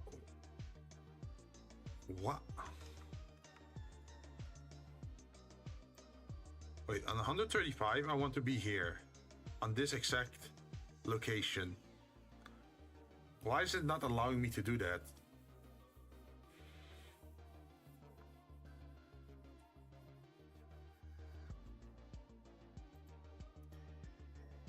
Zero likes the table. Well, I do like the table, but I don't want to dance on the table. I want to throw some dice at the table.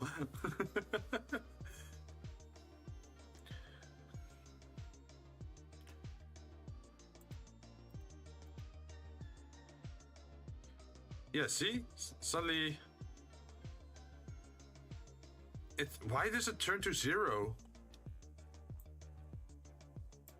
Like, that was not the value of 0 before.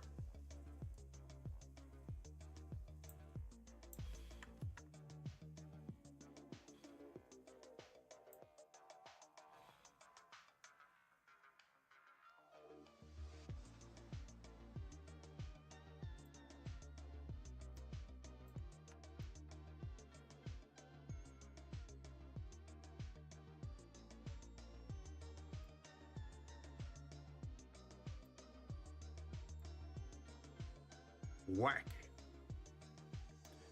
I mean, you could do the dice dance on the table to summon it. What kind of cursed situation would that be?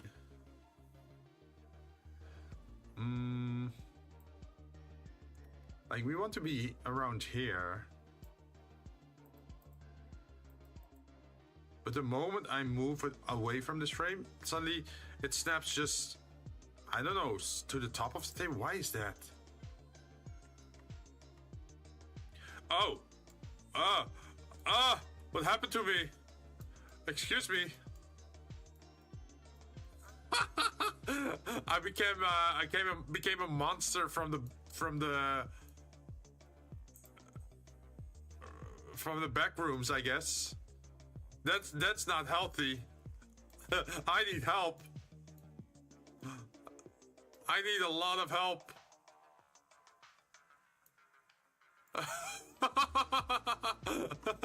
Like even my face is gone. Like, what the heck?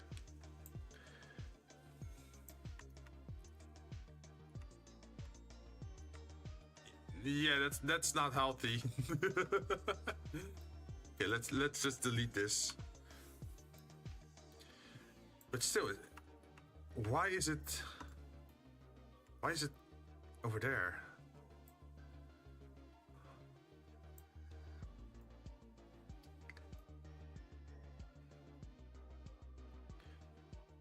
Because it just on frame 135, you just have to put a dot down, right? Like, oh, we moved here.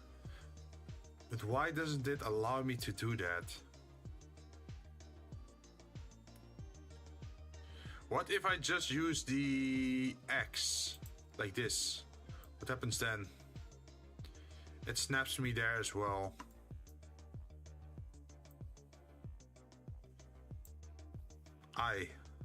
Location. Yep, even then it just, why does it snap me back there?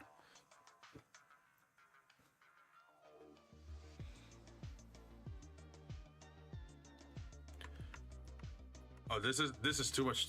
Oh, and it doesn't, there's something weird going on here. I don't know what it is, but there is definitely something. Let's see, no action, new action, armature action, add. Weight result is strip is added to the accumulated results. Combine. The strip values are combined with the accumulated result by approximately using addition, multiplication, or quaternion math based on the channel type. Oh.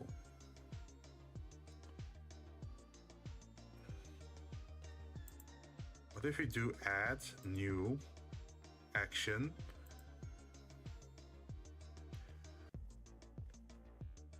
Not gonna lie, this is making me want to go to Vegas.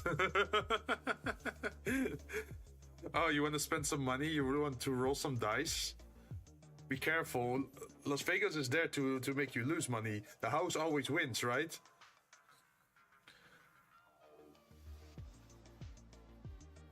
See, push down action on top of the NLA stack as a new strip. Okay. So if I go then back to the dope sheet and I press X over here,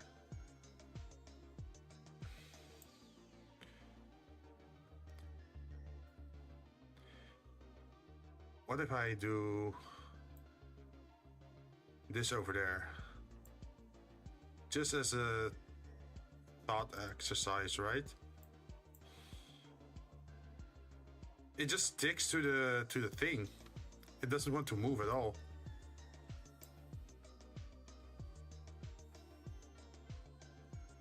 Yeah, it stays to 0. It doesn't want to move at all. Whack, I tell you, it's whack.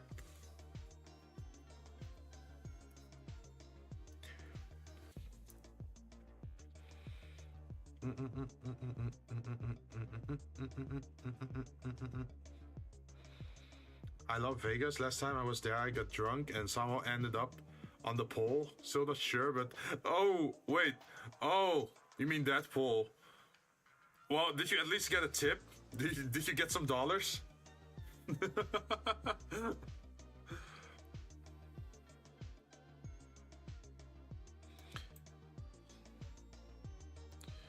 So if I do this and I grab this one up till this one, and then I go to the nonlinear animation and I put it here,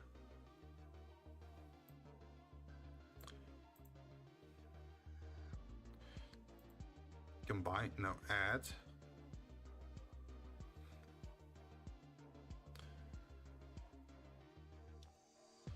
it is still just standing still. It does not want to move.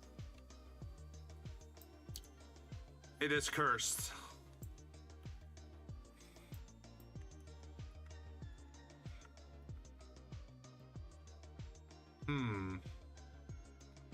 So how would I stop moving in place?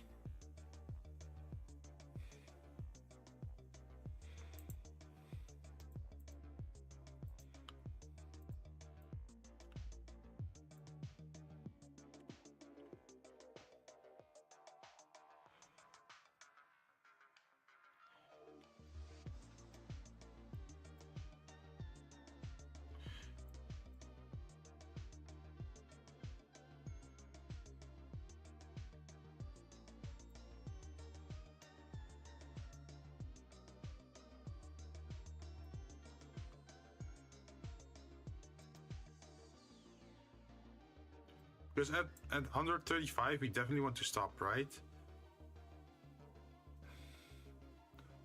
But now, the question is, how do we get him to actually stick there? Armature?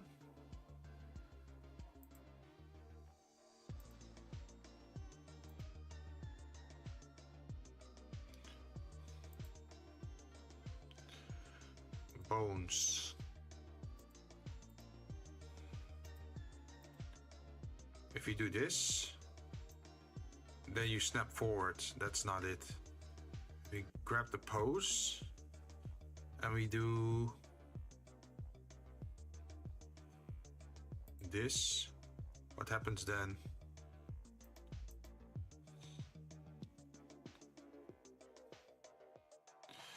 Why do you keep going to 0?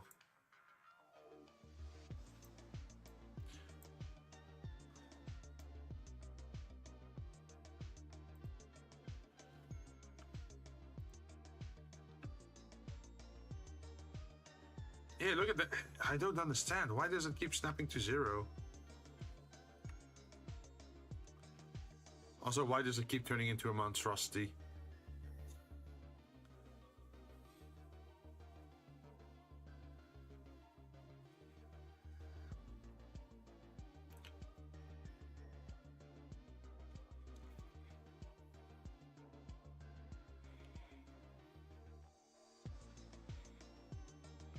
Embrace the beast. No, I don't want to.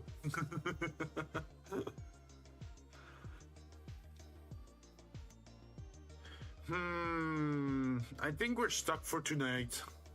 I definitely have to go troubleshoot a little bit, find out why this is happening, and then also how I'm able to keep this position over here and that it doesn't snap to the world origin, I guess. Or whatever, like it doesn't snap to the world origin or the 3D cursor. I think it's the world origin. I'm not sure why it wants to do that. But yeah, let's save. And then we should probably send you guys off to someone interesting, right?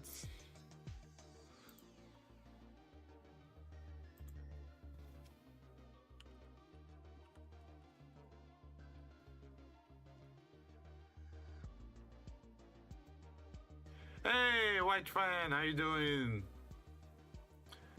Just in time for the drink. Oh, fair warning for everyone who still wants to order a drink. Grab your chance now, because I was planning to send you guys off on a raid.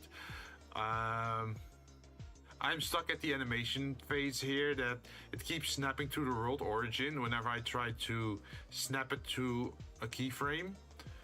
And I have to do some investigation on how to fix that, because it would be nice if we can finish this thing off. All right. But yeah, I'm stuck for the moment.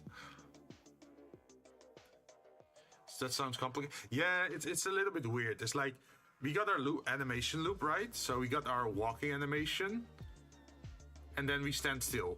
So this is on frame 135. I have to stand here.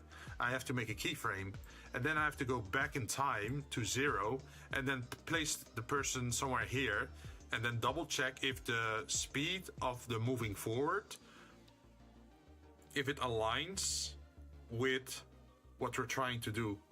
What are you animating it for? So I want to try to make an animation where you see me walking out of like the shadows or the mist or like the background without too much detail in the background. It's mostly focused on the character, right? And the illuminated eyes. And then what I want to do is I want to, with my with this hand, I want to pick up the cup, and with my other hand I have to pick up the die, the dice that are on the table, right? And my idea is that I throw up the dice, catch them in the cup, and then put the cup on the table, and then reveal the value of the dice that was rolled. That's the goal of the animation. And then once we got that first part made, we can just change the value of the dice under the cup up to, what is it, like 7 times. And that could be used for our variable animation on our channel. So that if you are rolling a 5 or a 12 or a 7 or whatever, then it will showcase that on the die. And we can use that as an animation for our redeem. So there's a little bit more feel to the animation, because otherwise you just see it in chat, right? You just see like, oh, someone rolled this, but you don't see any animation. So I figured it would be nice if we could animate this, and once we mastered animating this, we can start adding more animations for other stuff. So for example, if someone gets banned, I could have an animation play for that, where I just pull out my baseball bat and I smash them into the horizon like Team Rocket flying off. Like that sort of stuff I want to do. But we first have to finish off this one, because this one is going to get used more often. You're one of, if not the most hardworking streamer I follow. Really? And here I thought I was being super lazy. Because I did take a 3-month break from Blender, where I just was not feeling it, right? But I do feel like this is very interesting to do, and it benefits me a lot if I can master it. How can you be lazy and animate all that for a redeem, dude? Well, I just like the vibe, right? I just want to add something extra. Like, not a lot of people have that, right? Like a dice animation or the drink animation. Like, I like the animation stuff and the 3D modeling, and I want to showcase that a little bit. So that's why I put this much effort into it. And it is one of the unique things I can do. Like, everyone can game, right? But not everyone can do 3D modeling or animation, so... Most people just go live and use some presets. Really? Huh. Well, there's also people that are good at 2D animation, right? So they have their way of showcasing that. Like some people do hand-drawn stuff. Some people do like things that they made in Illustrator or Photoshop or like some drawing program.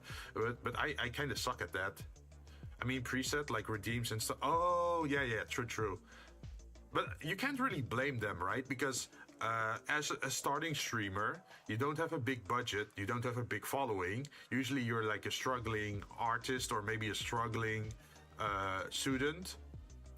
And then you don't have any income, or maybe you even go into the red because you have to order so much for like, oh, you need a Vtuber model, you need overlays, you need redeems this. So usually when people start out, they start with something very basic, right? And I was pretty much the same. And over, what is it, like 2-year time now, I started adding more customized things. Like even this overlay, I made it myself, but it took some time before I could add it to the stream, right? Before I had a very simple background, but I wanted to add to the cyberpunk vibe. I remember that, yeah. So because I wanted to add more virtual stuff to my stream, because hey, as you can see, I don't have any cybernetics on my body, right? Except for the face mask, but that's just an accessory. That's like goggles, if you think about it. That's not like part of my body. I remember you making an entire customizable schedule. Yeah, it's still there. But since my life is a little bit chaotic at the moment, I have not been using the schedule. And it's also because Twitter started using the whole AI thing, where if you post your schedule on Twitter, then you're pretty much allowing X or Twitter to use your graphics for their AI. And I don't want that because, well, I disagree with that. Like, they should not have access to your graphics just because you posted it on their platform. Like, that should be a separate option. That's stealing, yeah. So I tried using it on Blue Sky for a while. Yeah, I used Blue Sky. Wait, have I added Blue Sky to my Twitch panel? Like in like below my stream? Let me look if there's actually anything there. Is it there? Oh, okay. So I did add it. Okay. One victory for me. I actually remember to change it. But yeah, it just takes a while, right? And I know some people are like much faster at doing this kind of stuff, but for me, a lot of stuff is also the first time that I'm doing it. Like, I never made a cup like this. I have never animated like this. But hey, I'm learning, and if I'm learning and I can make a nice product at the same time, maybe I can also use it for someone else's benefit in the future. Or you can make some funny animations on YouTube side, like as a YouTube short kind of thing, right? I'm also not sure on the graphic on the table yet, because I just made this in Illustrator, right? Just a random game table kind of layout. But I'm not sure yet if I'm actually gonna use this layout or if I'm slightly gonna change it.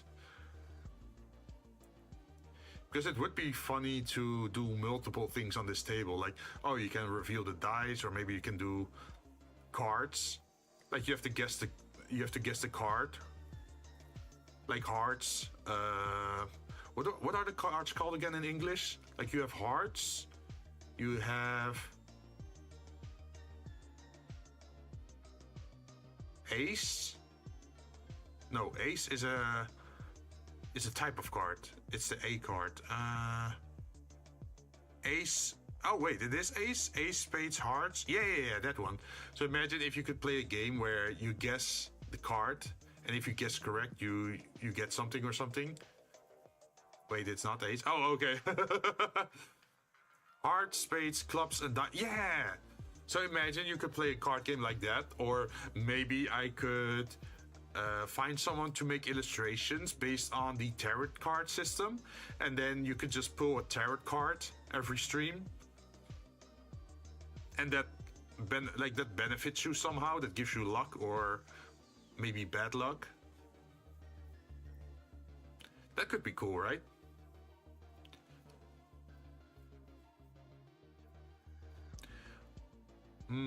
Let's see.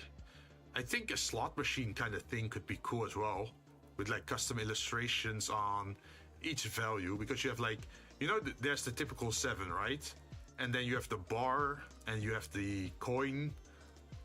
You'll make an entire well, I do feel like that would be funny, right? It adds to because I'm a bartender, right? So you want the bar kind of vibe. So what do you usually find in a bar, right? So in a bar, usually in the corner of the bar, you can find a slot machine, but you also have a billiard table, right, or a pool table. So this is pretty much like the pool table-ish game table, but I don't just want to play pool on, like just play pool on it. I also want to be able to play, I don't know, other card games on it, or like even just roll dice on it. I wouldn't say like 100% casino, but definitely some gambling, because I'm still, well, the archdevil of greed, right? So greed works with casinos because, hey, you're taking risk because you want to win that million, right? But I do want to do it in a harmless way where you don't spend any currency or like bits or whatever. It should be channel points, I think, unless people disagree.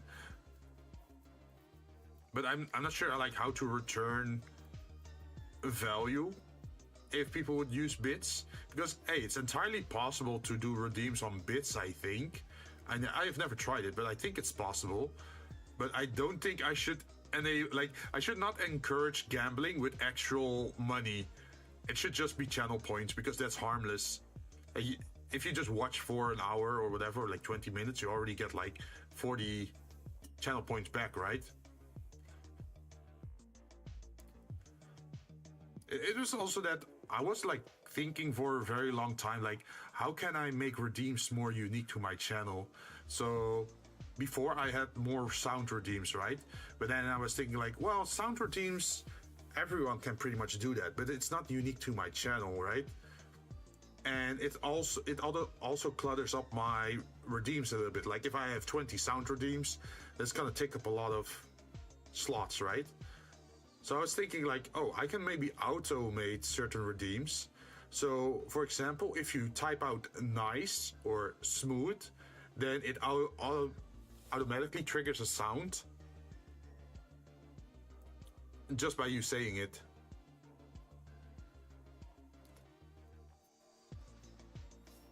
Let me show you. Let's see, if I type nice. Nice.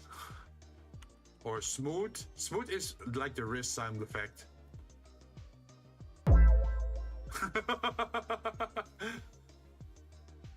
Like that sort of stuff, right?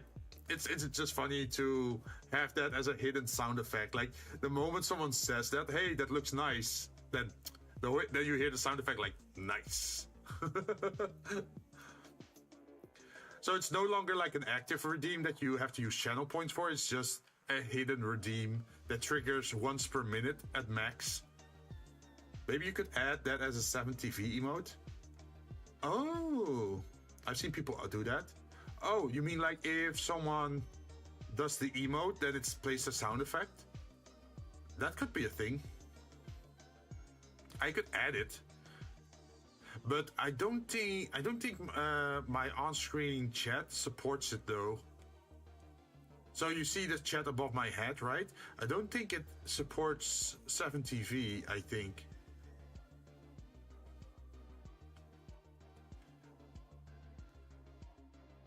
I mean, you could give it a try to see if it picks it up, but I don't think it does.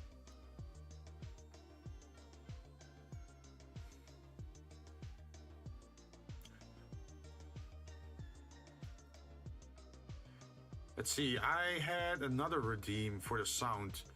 So we have the nice, we have the smooth, and what was the last one again? Let me double check that one. Events, in chat. Someone says, oh, extra thick.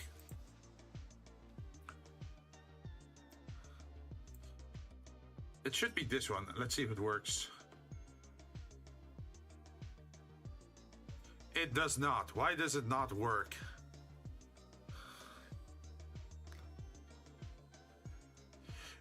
Wait, it does work on the other one.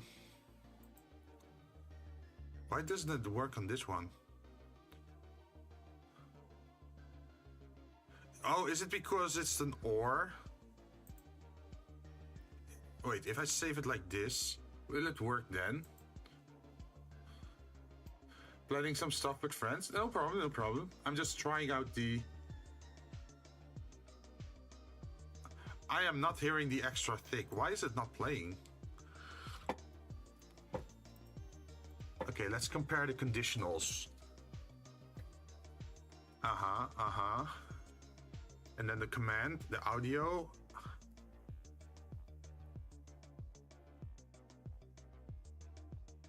Run command. Autoplay extra thick.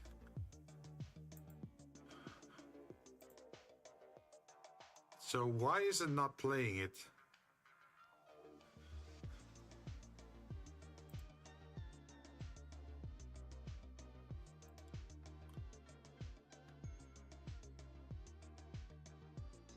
Maybe it's because there's a space and it's having a hard time. Oh. Could be it. If I test the sound, what does it do? Extra thick! Okay, so if I test it, it does place. So the sound effect is registered into the program and it can play, but somehow it's not being picked up in chat.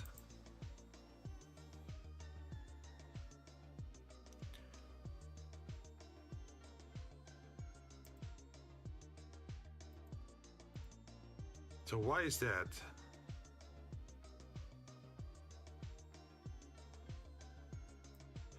Oh, is it because of a space in between? Yeah. Let me wait. Let me double check that. Regex match space. Matching a space in regex. To match exactly the space character, you can use the octal value /040.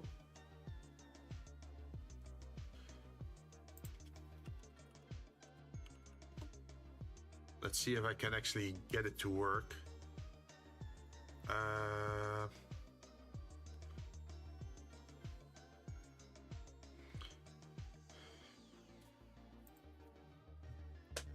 Okay, let me ask this.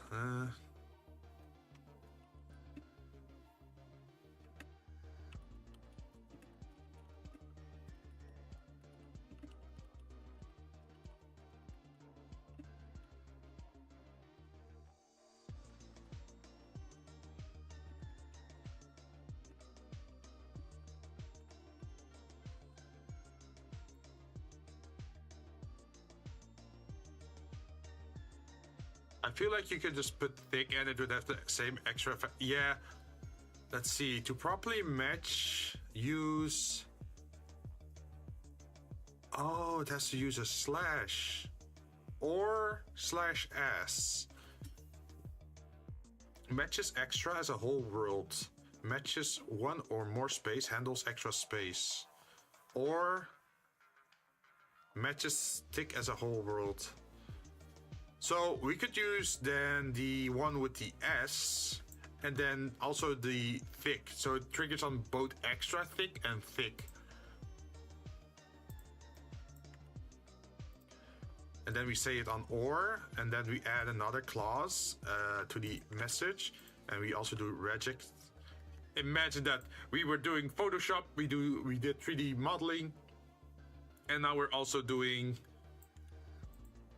changes to our code.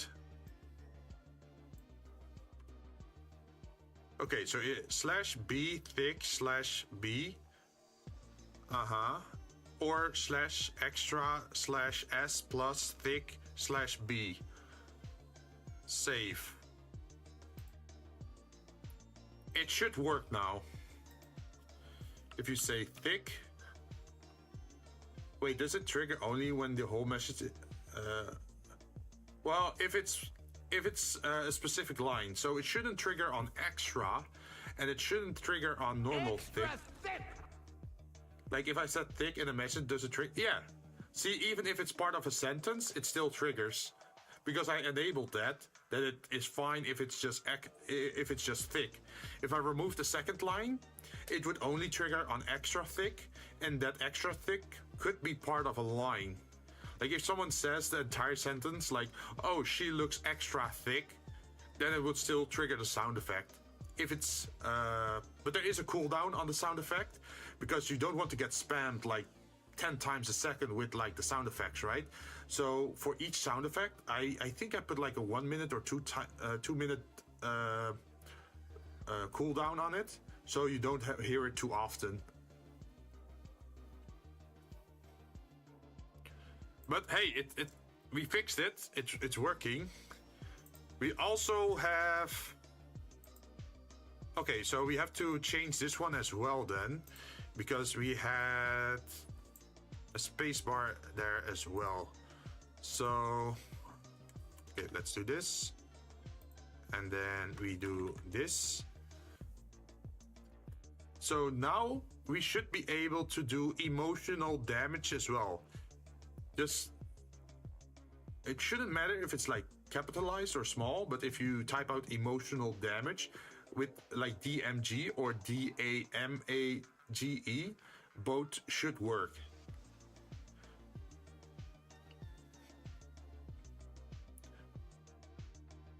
Am I hearing anything? I am not hearing anything. Why is that?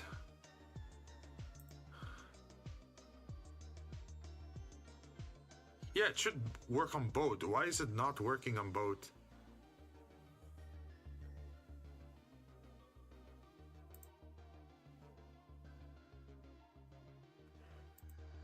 It should work on the message. Why is it not working on the message? Is it the sound maybe? Autoplay emotional damage. Emotional damage. Yeah, okay, so the sound is recognized, so it's something with the coding again. So let me double check there.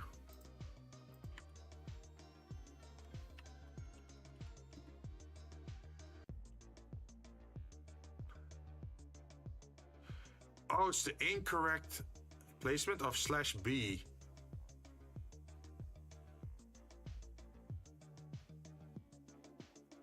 Wait, what? How's that different? Oh, it's in the other direction. Okay, I'm an idiot. No wonder, no wonder. Okay, so if I fix this and then I save it, it should be fixed now. So, you know the slash symbol, right? Like it goes from the top left to the bottom right. So there's an inverse one of that as well, where it goes from bottom left to top right. Yeah, that one. So I used the wrong one, so that's why it didn't work. So now it should be fixed, I think.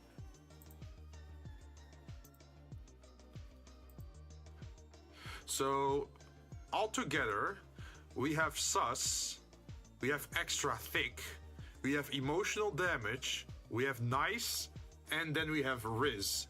And Riz works on Riz, wrist up, wrist, and smooth. So let me type that out. Emotional damage. Emotional damage. So hey, we fixed it. I was always wondering why it never triggered, but I guess not a lot of people know that these are secret trigger words. Maybe I should make a panel about that, like how we have some secret trigger words like this and this and this. Also, if you know any funny other trigger words that we could use, let me know. I'm open for feedback. If you can find some other funny ones. That reminds me of a Tom Scott video where he basically replaced like 50 pages worth of volunteers work with, instead of replacing a certain thing because he didn't put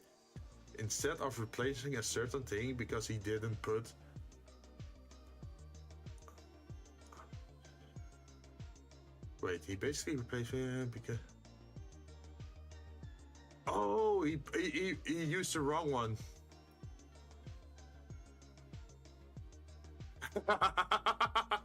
So it just wasn't working at all. Yeah, it's the tiny mistakes that really get to you, huh? Yeah, it's rough.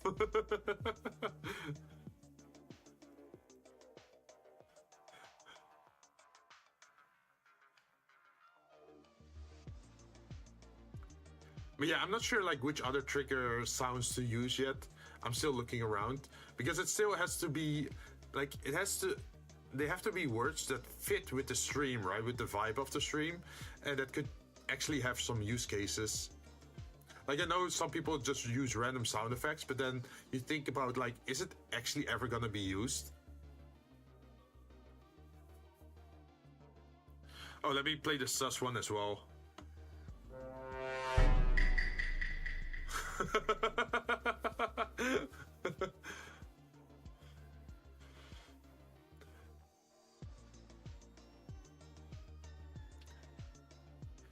I've seen some people do it with high. Oh, because high is the 70 feet. Oh, is that the emote with the wavy hand?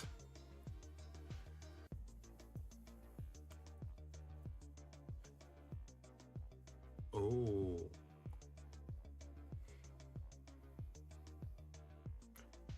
I wonder what sign effect I should use there, because it's a bar, you could have like the door ring or like the door sound effect, like as if the door is opening and closing, like as someone is entering the shop or the bar, or you could do.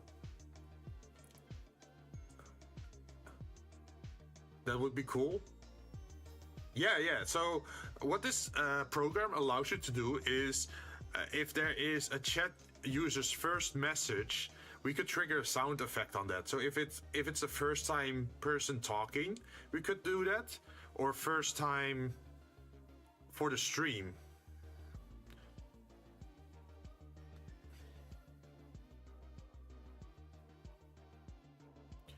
Chat new user joined. Chat user left, chat user joined, or chat user first message.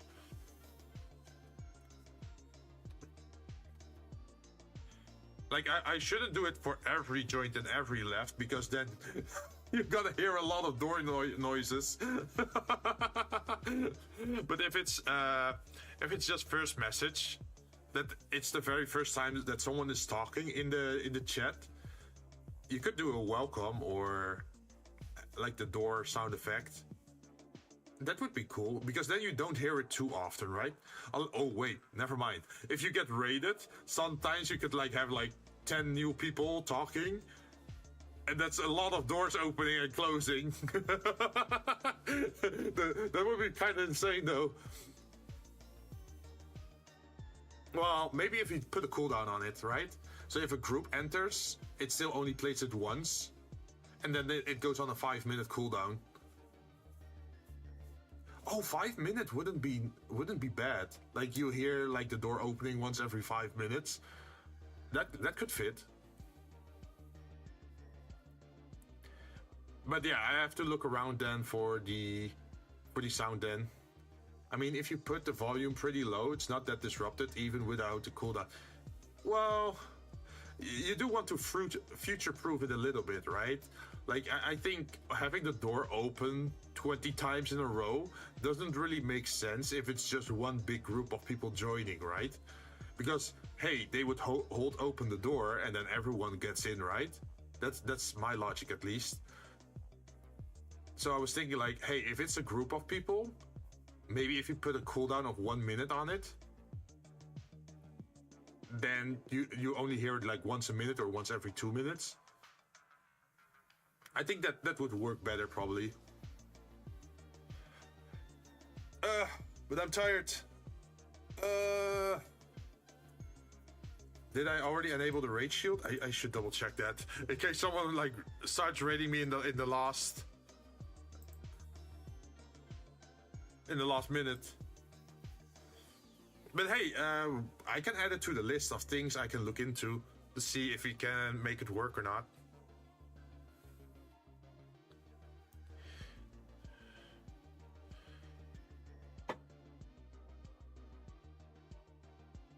Hey, look at that, level 19. I am still unsure how that's possible, because you should be getting 2 stats per drink, right? So that means your level should always be even numbers. But I have seen people with uneven numbers. So how does that work? Like, is there... I should definitely check the code again. Like, maybe it's missing... It probably starts at 1. Could be. Could be. But what is also possible is that maybe it's missing 1 stat of the calculation. So that's why it calculates an uneven number. Maybe like that. I should double check that. Because I do remember changing one of the stats to a different word. So if that word is not... Is it just the sum of all stats? Yeah. So if you have 9 levels in charisma and 9 levels in strength, then your total level should be 18.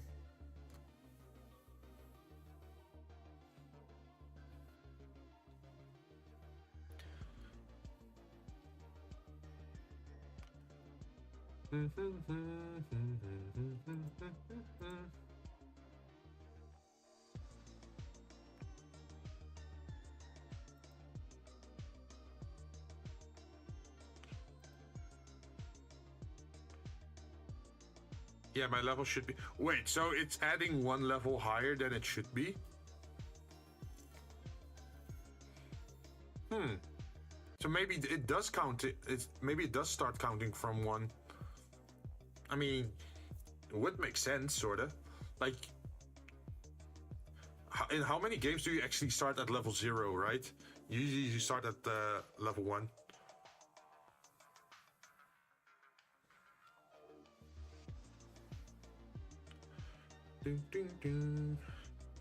Hey, I see Toma doing something. Oh, wait. This is someone that I saw. Let's see. I got 9 times 1, 1 times 2, and 3 times 3. Wait, 1 times 9?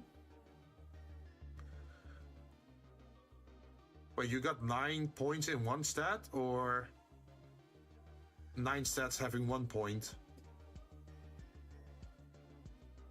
That's not how math works. Yeah, it should be 9, and then another 9. So that's already 18. And 2 times 2. Oh, you got 9 stats with 1. Okay, 9 stats with 1, 1 stat with 2. So that should already be 11. And then 3 stats with 3. Right? So you should be level 20 then. So what I'm guessing is happening is that it might be forgetting to count one of the stats that has a 1 on it. I miscalculated the first time. Oh, no problem, no problem. Thanks for troubleshooting it. So I should look into the stats that have a 1. Do you happen to know which stats have a 1 for you?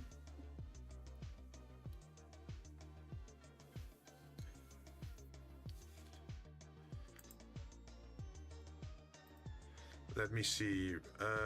Let's see. Redeems, channel, Twitch channel points. Check my stats. Statistics call. Action groups. And then I look at notifications. No. Sting operation statistics call.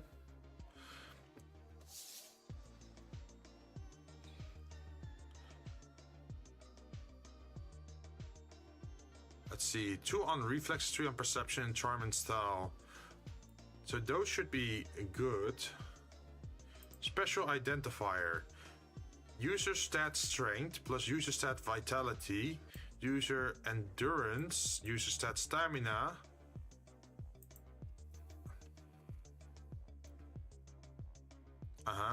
User agility. And then status reflex. Then status perception. Status. Wait, I should probably just copy this over. So I'm gonna grab this. Select this all. Please let me select. Okay. I'm gonna put this over here.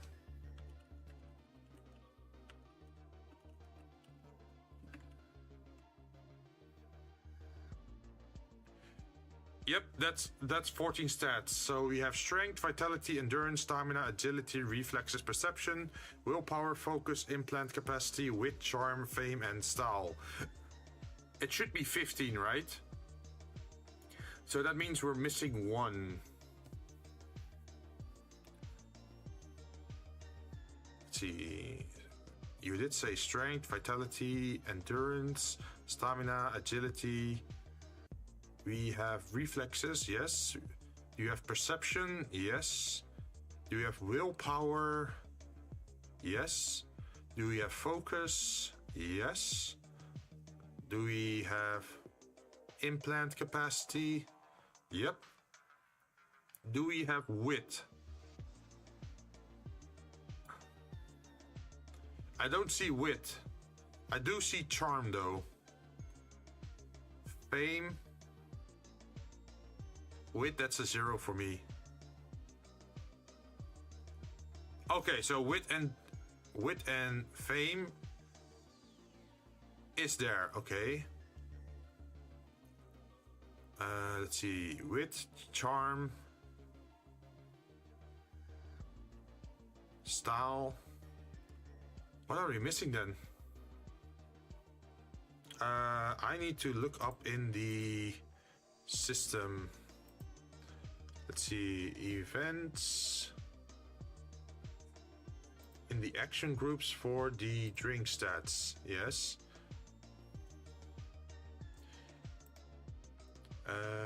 Let's see, currency inventory system.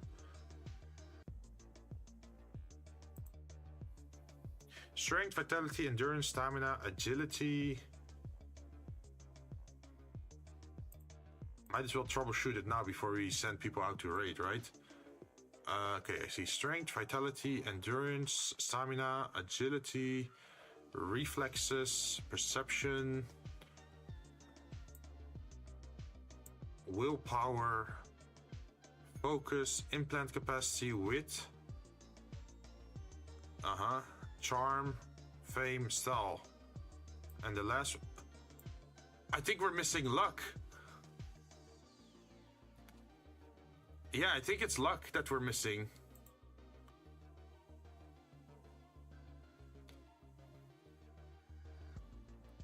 Okay, that's easily fixable. We can just go back to the other menu and then we, let's see, events. No, not events, action groups. And then we go to the statistics call. And then what we are gonna add to the end is user stats style. And then we say plus. And then we call it luck. And then we save it. Drink stats.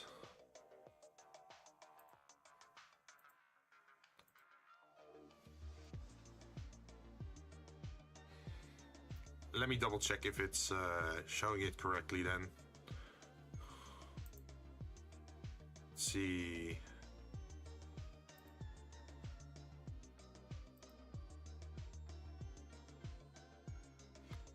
Level dot set user luck. Yeah. I think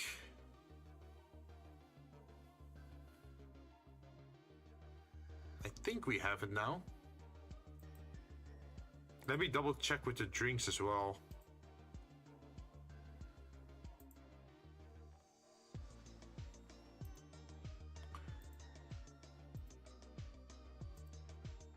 Just to be sure that people are actually gaining luck, right? Oh, yeah. So there is the drink Thanatos Kiwi milkshake that should be giving luck. So that's correct. I can redeem it again in a minute. Okay. In the meanwhile, let me double check. Just to be sure, right? Special identifier. User stats luck with capital L. Let me then double check in the currency system.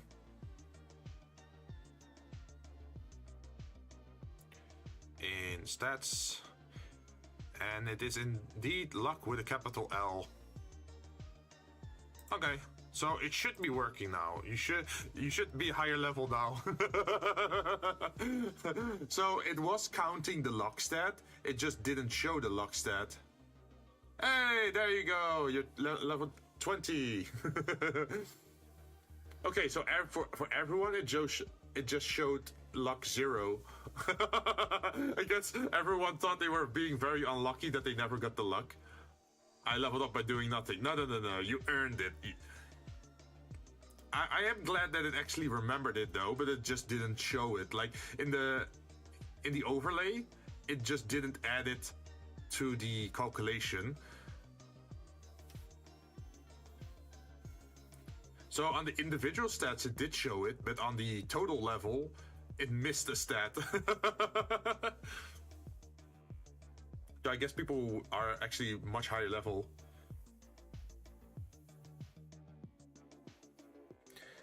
Then it shows up pretty short, right? Like you don't have a long time to look at your stats. You pretty much have to like redeem it and then screenshot it to go over the levels. But yeah, I don't think I should show it longer than this, because it does cover up chat, and there's also a lot of other redeems that people might use in the future, right? I clipped it and screenshot it. Like one other option is if I make part of the command that I DM it to the people. Like if they have open whispers, then I whisper the stats to them. That could be automated as well, but then I have to be careful that it isn't seen as spam, right?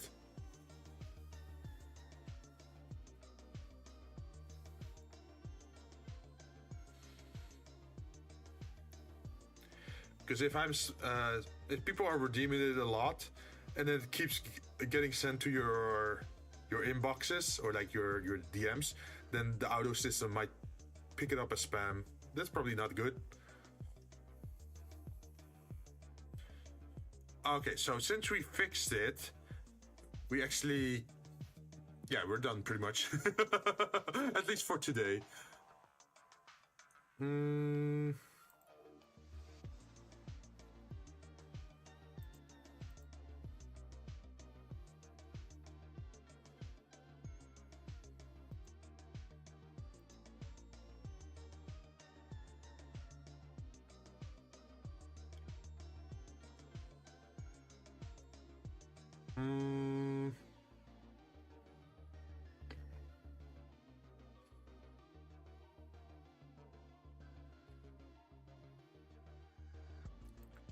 Let's see, where can I send you guys off to?